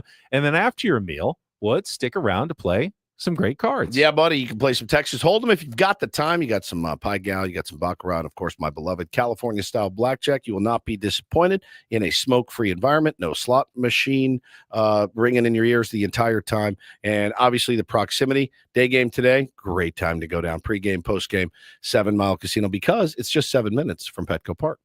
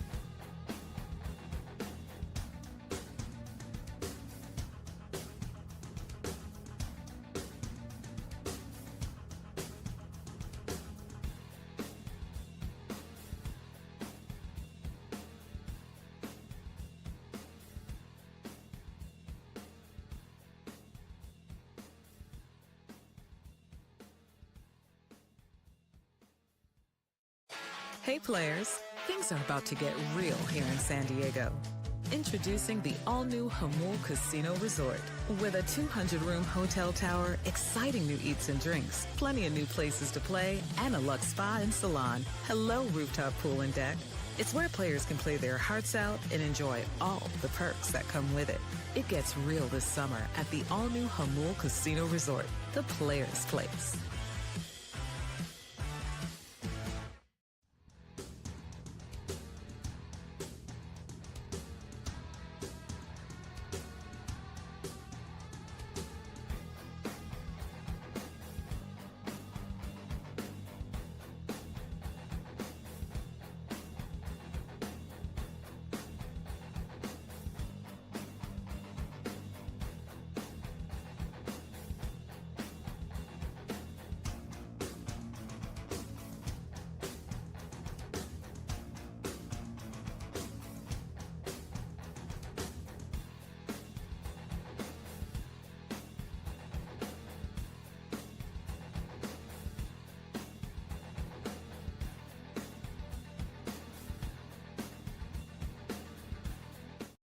No game tomorrow for your San Diego Padres, which means that today's game will be the last impression before our manager's report on Friday morning at 9 a.m. here on Ben & Woods with Mike Schilt. Manager's report is refreshed by Eco Water SoCal. Try alkaline water for just $9.95 a month. Eco Water SoCal, keeping it soft since 1925. How fantastic is that? Yeah. Well, here are the options. It's your choice. Option A, Padres come in off a series win over the Dodgers if they win today, and they will have won 5 of their last 6 series and split the other. So unbeaten in their last 6 series. Or they'll be coming in off a series loss against the Dodgers. They will be in 3rd place in the NL West. I mean, not a disaster, but the vibes will be a lot better if they can find a way to pull off a win this afternoon. The Dave Roberts masterclass tweets are going to send me to my grave if the Dodgers end up winning today. See, this is why we're the Dodgers. It's going to make me. I'm going to die. I don't want to say I had no problem losing Monday's game because anytime you lose, it sucks. It was a but crappy way that to was lose. A fun game. Yeah, that was an entertaining game. And really, the way we've talked about it in the past recently, the way baseball is set up right now, a little bit different when you're at home. But when it goes to extra innings, it's kind of a coin flip. It is. So it didn't hurt as bad to lose that game. Yesterday was a laugher. Game was over in the 4th inning. Today, let's see what we get. Do you think, before we get to the Reindl Report, had the Padres won on Monday, which, changed one little thing they probably could have, very close game. Easily. Would Dave Roberts have managed yesterday differently? Yes. Knowing, all right, we punt today. We've already lost the series. Now we're trying to avoid a sweep. Did winning on Monday allow him of course, to play the way he did last night? Yeah, because last night. Because it wouldn't have changed the pitching usage. I mean, still used all your pitchers, but you just happened to lose that game in the 10th inning. Yeah. Your bullpen's still torched. Shouldn't really change anything other than psychologically. But you don't want to lose the series. No, you start Kasparius yesterday. You may go to Trevino and you may go to Sauer for one. You know, he did have effective innings after all. But you still may lose that game, and then you're in worse shape for today as you're about to get swept maybe by the Padres. Yeah. I don't know if it changes the math, as he said, or not. If I think you it probably win or does. lose Monday's game. I think it probably does. I think both Padres came out and felt like we got to win this game today. We got to get this thing to a rubber match on Wednesday. So I don't know. It shouldn't. If you're truly going by the math of how you're going to try to maximize victories, it should have no difference whether you won Monday or won 3 weeks ago or whatever, or lost, how you managed that game last night. Yeah. But I get the sense that had they lost, he would not have been so cavalier in his waving of the white flag. He wouldn't. I don't think the game yesterday. I don't think he would have come out and played a 5-inning baseball game yesterday. I think he would have played a 9-inning baseball game. I agree. With Jack Dreyer and with Michael Kopech perhaps for an opener or whatever. Which means you're not really committed to your bit. Correct. You're simply playing it by ear. Basically, playing it by ear. It's game to game for those guys. But nobody's going to feel bad for them. Certainly not me. All right. Gave away the last pair of tickets, Paulie, to Alex. Oh, Alex, no. Congratulations. What happened? Is this true? Brian Wilson from the Beach Boys. Oh, no. Yeah, we may have to do a shout out to his family in the one, Reindl Report. We'll do a little investigation to make sure that report is true or not after a check of traffic here on 97.3 The Fan. From the 855 Get Ross Traffic Center, protecting San Diego after accidents or injury, here's Kelly Danick. Well, guys, just a couple things wrapping up our morning drive. One of them is a stalled vehicle being moved out of lanes northbound side of the 805 at the University off-ramp. Also, traveling on southbound 15 Bernardo Center off-ramp, we have reports of a stalled vehicle over to the left shoulder. Coastline ride looking pretty good right now, but guys, that's all going to change pretty soon because it is opening day of the San Diego County Fair. So do expect some delays in both directions toward the fairgrounds. I'm Kelly Danick with Ben & Woods, San Diego's #1 sports station, 97.3 The Fan. And get things started here with our today's edition of the Reindl Report. Now tuned into the greatest. Welcome to the Reindl Report with Paul Reindl. Hi, Paul. All right. 2 stories from the world of sports that we haven't gotten to yet. We'll start off in Major League Baseball. And 1 story that you didn't know you needed. Are you laughing, biatch? It's the Reindl Report Hey, Paul, how you doing? Okay, how are you? on 97.3 The Fan. Are you ready to bless the mood? I need some help, please. That was good. Can I get a oh yeah? All right. All right. All right, indeed. Did you get your news confirmed? I did. Confirmed by his family. Brian Wilson. It says, we are heartbreaking to announce that our beloved father, Brian Wilson, has passed away. We're at a loss for words. Please respect our privacy at this time as our family is grieving. We realize we are sharing our grief with the world. Love and mercy from his official account. 82 years old. Man, what an icon, legend, all of those things. Oh, I hated the Beach Boys so much when I was a little kid. When I was a little You kid. hated them? Yeah, I did when I was a little kid. Like 8, 9, 10. I liked hair metal, Ben. So when my dad would play these Beach Boys greatest hits over and over and over on these road trips, I'm 10, 11, 12 years old, and I'm like, this is, Dad, come on, man.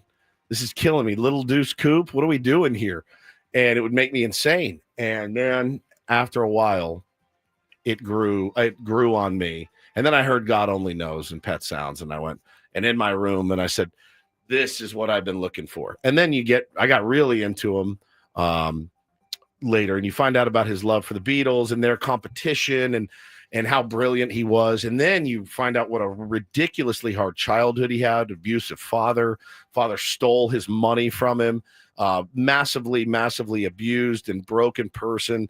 There are a couple of movies on this. And I read a couple of books about him, and a legend is gone from our planet today. And obviously when you write songs like he has, he will live forever, period, the end. It will never die. But man, that's such a bummer. It's like thinking about, when you're a kid, all the when I got into that band, it makes me very sad. I loved him. Had some medical and health issues in the last few years. I did get to see him at the Civic Theater, Yeah. I don't know, 6 or 7 years ago, and he's kind of propped up there on the stage, but Yeah. you still got to see him and listen to just those iconic songs. I obviously not as musically inclined as you were, but growing up here in San Diego, they felt like our band. Right, right.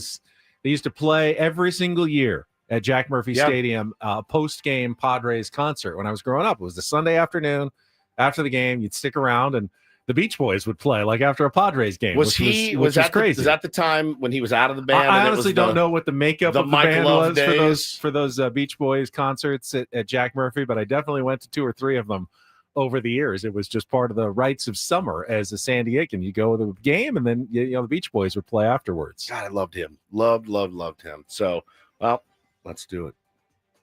And I really hope we can see more unity and more peace when already things are so difficult. So, shout out to his family. Brian Wilson, 82. At the age of 82. Paulie, that's your lead-in. For Shout the out Reindl Report. to his family. Shout out to his family. All right, we will get underway. Just one sports-ish story for you. So everybody had eyes on Aaron Rodgers all off season. Yep. Where was he going to sign? He ended up signing a 1-year deal with the Pittsburgh Steelers, and they've got mini camps going on this week. So first chance to see Aaron Rodgers out on the field with his new team. And people noticed that there was a ring on his finger, and he was asked about it. Some people thought it might be one of those like aura rings. An aura ring, yeah. That measures your vital signs Yep. and stuff. But Yeah. He seems like he'd be in on an aura makes ring. perfect sense. Yeah. So audio is a little hard to hear, but yeah, she's asking, what is that? Is that an aura ring? About the ring on your left ring finger. Is that an aura ring or anything else that wedding ring? Yeah, it's a wedding ring. Congratulations. Thank you. How long? It's been a couple months. All right, Just been a couple of months. Okay. There's the extent of your details. Those It's are a all the wedding ring. details. It's been a couple of months. No idea who, no idea how long they've been together, and yeah, we don't know anything. The other than paparazzi have failed in this one. They missed. They missed wedding. it. I'd say, look, he's a huge name in the NFL and in sports. That's a little surprising that that one slipped through the cracks. He didn't make a big for once. Yeah, for once. Yes. He didn't make a big to do out of it. The thing that you're supposed to make the biggest to do about. No. Why are you guys invading my privacy? What? Everything else you make a big to do about. And this is the one you just throw by Yeah, you're us. on National Pat McAfee all the time. Every week. No, this one we're going to keep this completely secret. Good for him. Maybe that's what she Congratulations. wanted. Yeah, You know, and maybe. if that's the case. then- Congratulations to Mr. and Mrs. Rogers. And I'm Good luck. guessing perhaps she's maybe not a super on the scene celebrity like he's dated in the Potentially, yeah. past. Like Yeah. those make it a lot more difficult to hide those relationships. But yeah, saw that. I go, wait, what? Huh? Don't remember hearing that. He married Taylor Swift. Unbelievable. Stole her right out from under Travis Kelce. It's a huge scandal. No one noticed. When do the Chiefs and the And the Steelers play? Yeah, no kidding. All right. Let's see. I got a story out of Millersburg, Pennsylvania, who they have been dealing with a lot of potholes in their small town, their small community. We deal with them in our larger town here. We do. And they have launched in Millersburg a new pothole fixing campaign. The title of the campaign is called Fill My Hole, All Holes. All holes. No waiting. It's called Fill My Hole, All Holes, No Waiting. All Holes, No Waiting. Yeah. That is the name of the campaign. It's a great idea. They got a full announcment and everything. There's a sign and Do they everything. want people to like pitch in or something? Maybe. So- like a I don't feel prison there's road much I crew. can No. do about What would filling you do? holes. You would bring everybody bottled water. Yeah. You could supervise. I don't mind the smell of the. I like it. the asphalt, The asphalt. as it's going in. It's You actually say not that the as worst. somebody that never has to work No, it's around true. it. I don't know if I want it all day, but when I pass by, it's I like- oh yeah, there's the hot asphalt. I like it too. I'm with you. Probably can make some edits there in that last sentence you just made. Anyways, so Fill My Whole program is something that Millersburg, Pennsylvania, I don't know why that's so hard to say, they are doing to make it easier for their residents to report potholes electronically so that they can get taken care of. It says here, all holes, no waiting. Some holes may require a little TLC, but rest assured, you'll be provided with a reason if we are unable to fill it ourselves. It says here, if you are pleased with the way our crew handled your hole, we want to hear about it. Use the contact us on our website for all questions and compliments. Somebody on the post asked if we want to fill our own holes, is it okay, or does it need to be filled by a professional hole filler? They said it's best to leave it to the professionals. Someone else said, can they fill deep holes, deep potholes? And do they clean dirty holes before they fill them? They responded, potholes are cleaned first. Debris may prevent adhesion of the filling. Deep holes are no problem. This is absolutely, it's too much for me. Is it too I'm much just for reading the news, Mr. guys. Lou Sassel? hole filler. They have a Wow. personal goal of 48 hours to resolve your complaint. You go Okay. online. How you many holes submit- could you fill in 48 hours? Hey, God. Pretty brilliant. Pretty brilliant. I think so. And then I guess we can wrap it up. Well, as here with Jack says in the chat, some holes take a village to fill. It does. It takes a village, Jack, to get all the holes filled. And then finally, Match.com, they put out their Singles in America report. They do it every year. 3 married gentlemen here. Yeah, some stats about how people are dating and meeting others. And right now, a lot of it is how AI is being used in the dating scene. You can use AI to help boost your profile and enhance it a little bit. They'll say, hey, these pictures of you shirtless holding a fish, people don't really care about that. Maybe change your bio a little bit. Hey, buddy, you're with your picture next to the microphone. We get it. You're on the radio. All right, relax. AI can help you all you want. But when push comes to shove, you need to have some game, dude. Yes. You're going to have to represent yourself. You're sitting at a date, punching, what do I say? And then she asks me what I really feel. What am I looking for? So it says de Bergerac here. Right. 1 in 4 singles are using AI in some capacity to help with their dating, up 330% from last year. And that, like I said, it includes what kind of icebreaker to send a message, your profile, etc. But then it says here that 16%, or 1 in 6 people polled on Match.com, said that they have interacted with AI as a romantic companion before. What? Like you can talk to dirty. To an AI. You can talk dirty. Or even just like checking in and, hey, how's your day? Well, I'm a robot. I have no idea. How's your day? No, they talk right back as if it's your AI less than authentic, I guess. Yeah. If you're talking to an AI. I do wonder, my trainer and I talk about it a lot because he's around a lot of younger people, being a trainer in the gym. He's around a lot of younger people, younger women and younger men. And he does say, he's like, bro, I'm just going to say it. It's different now. Like these dudes aren't able to carry on conversation. We're both the same age. He said they can't carry on conversations, like we could.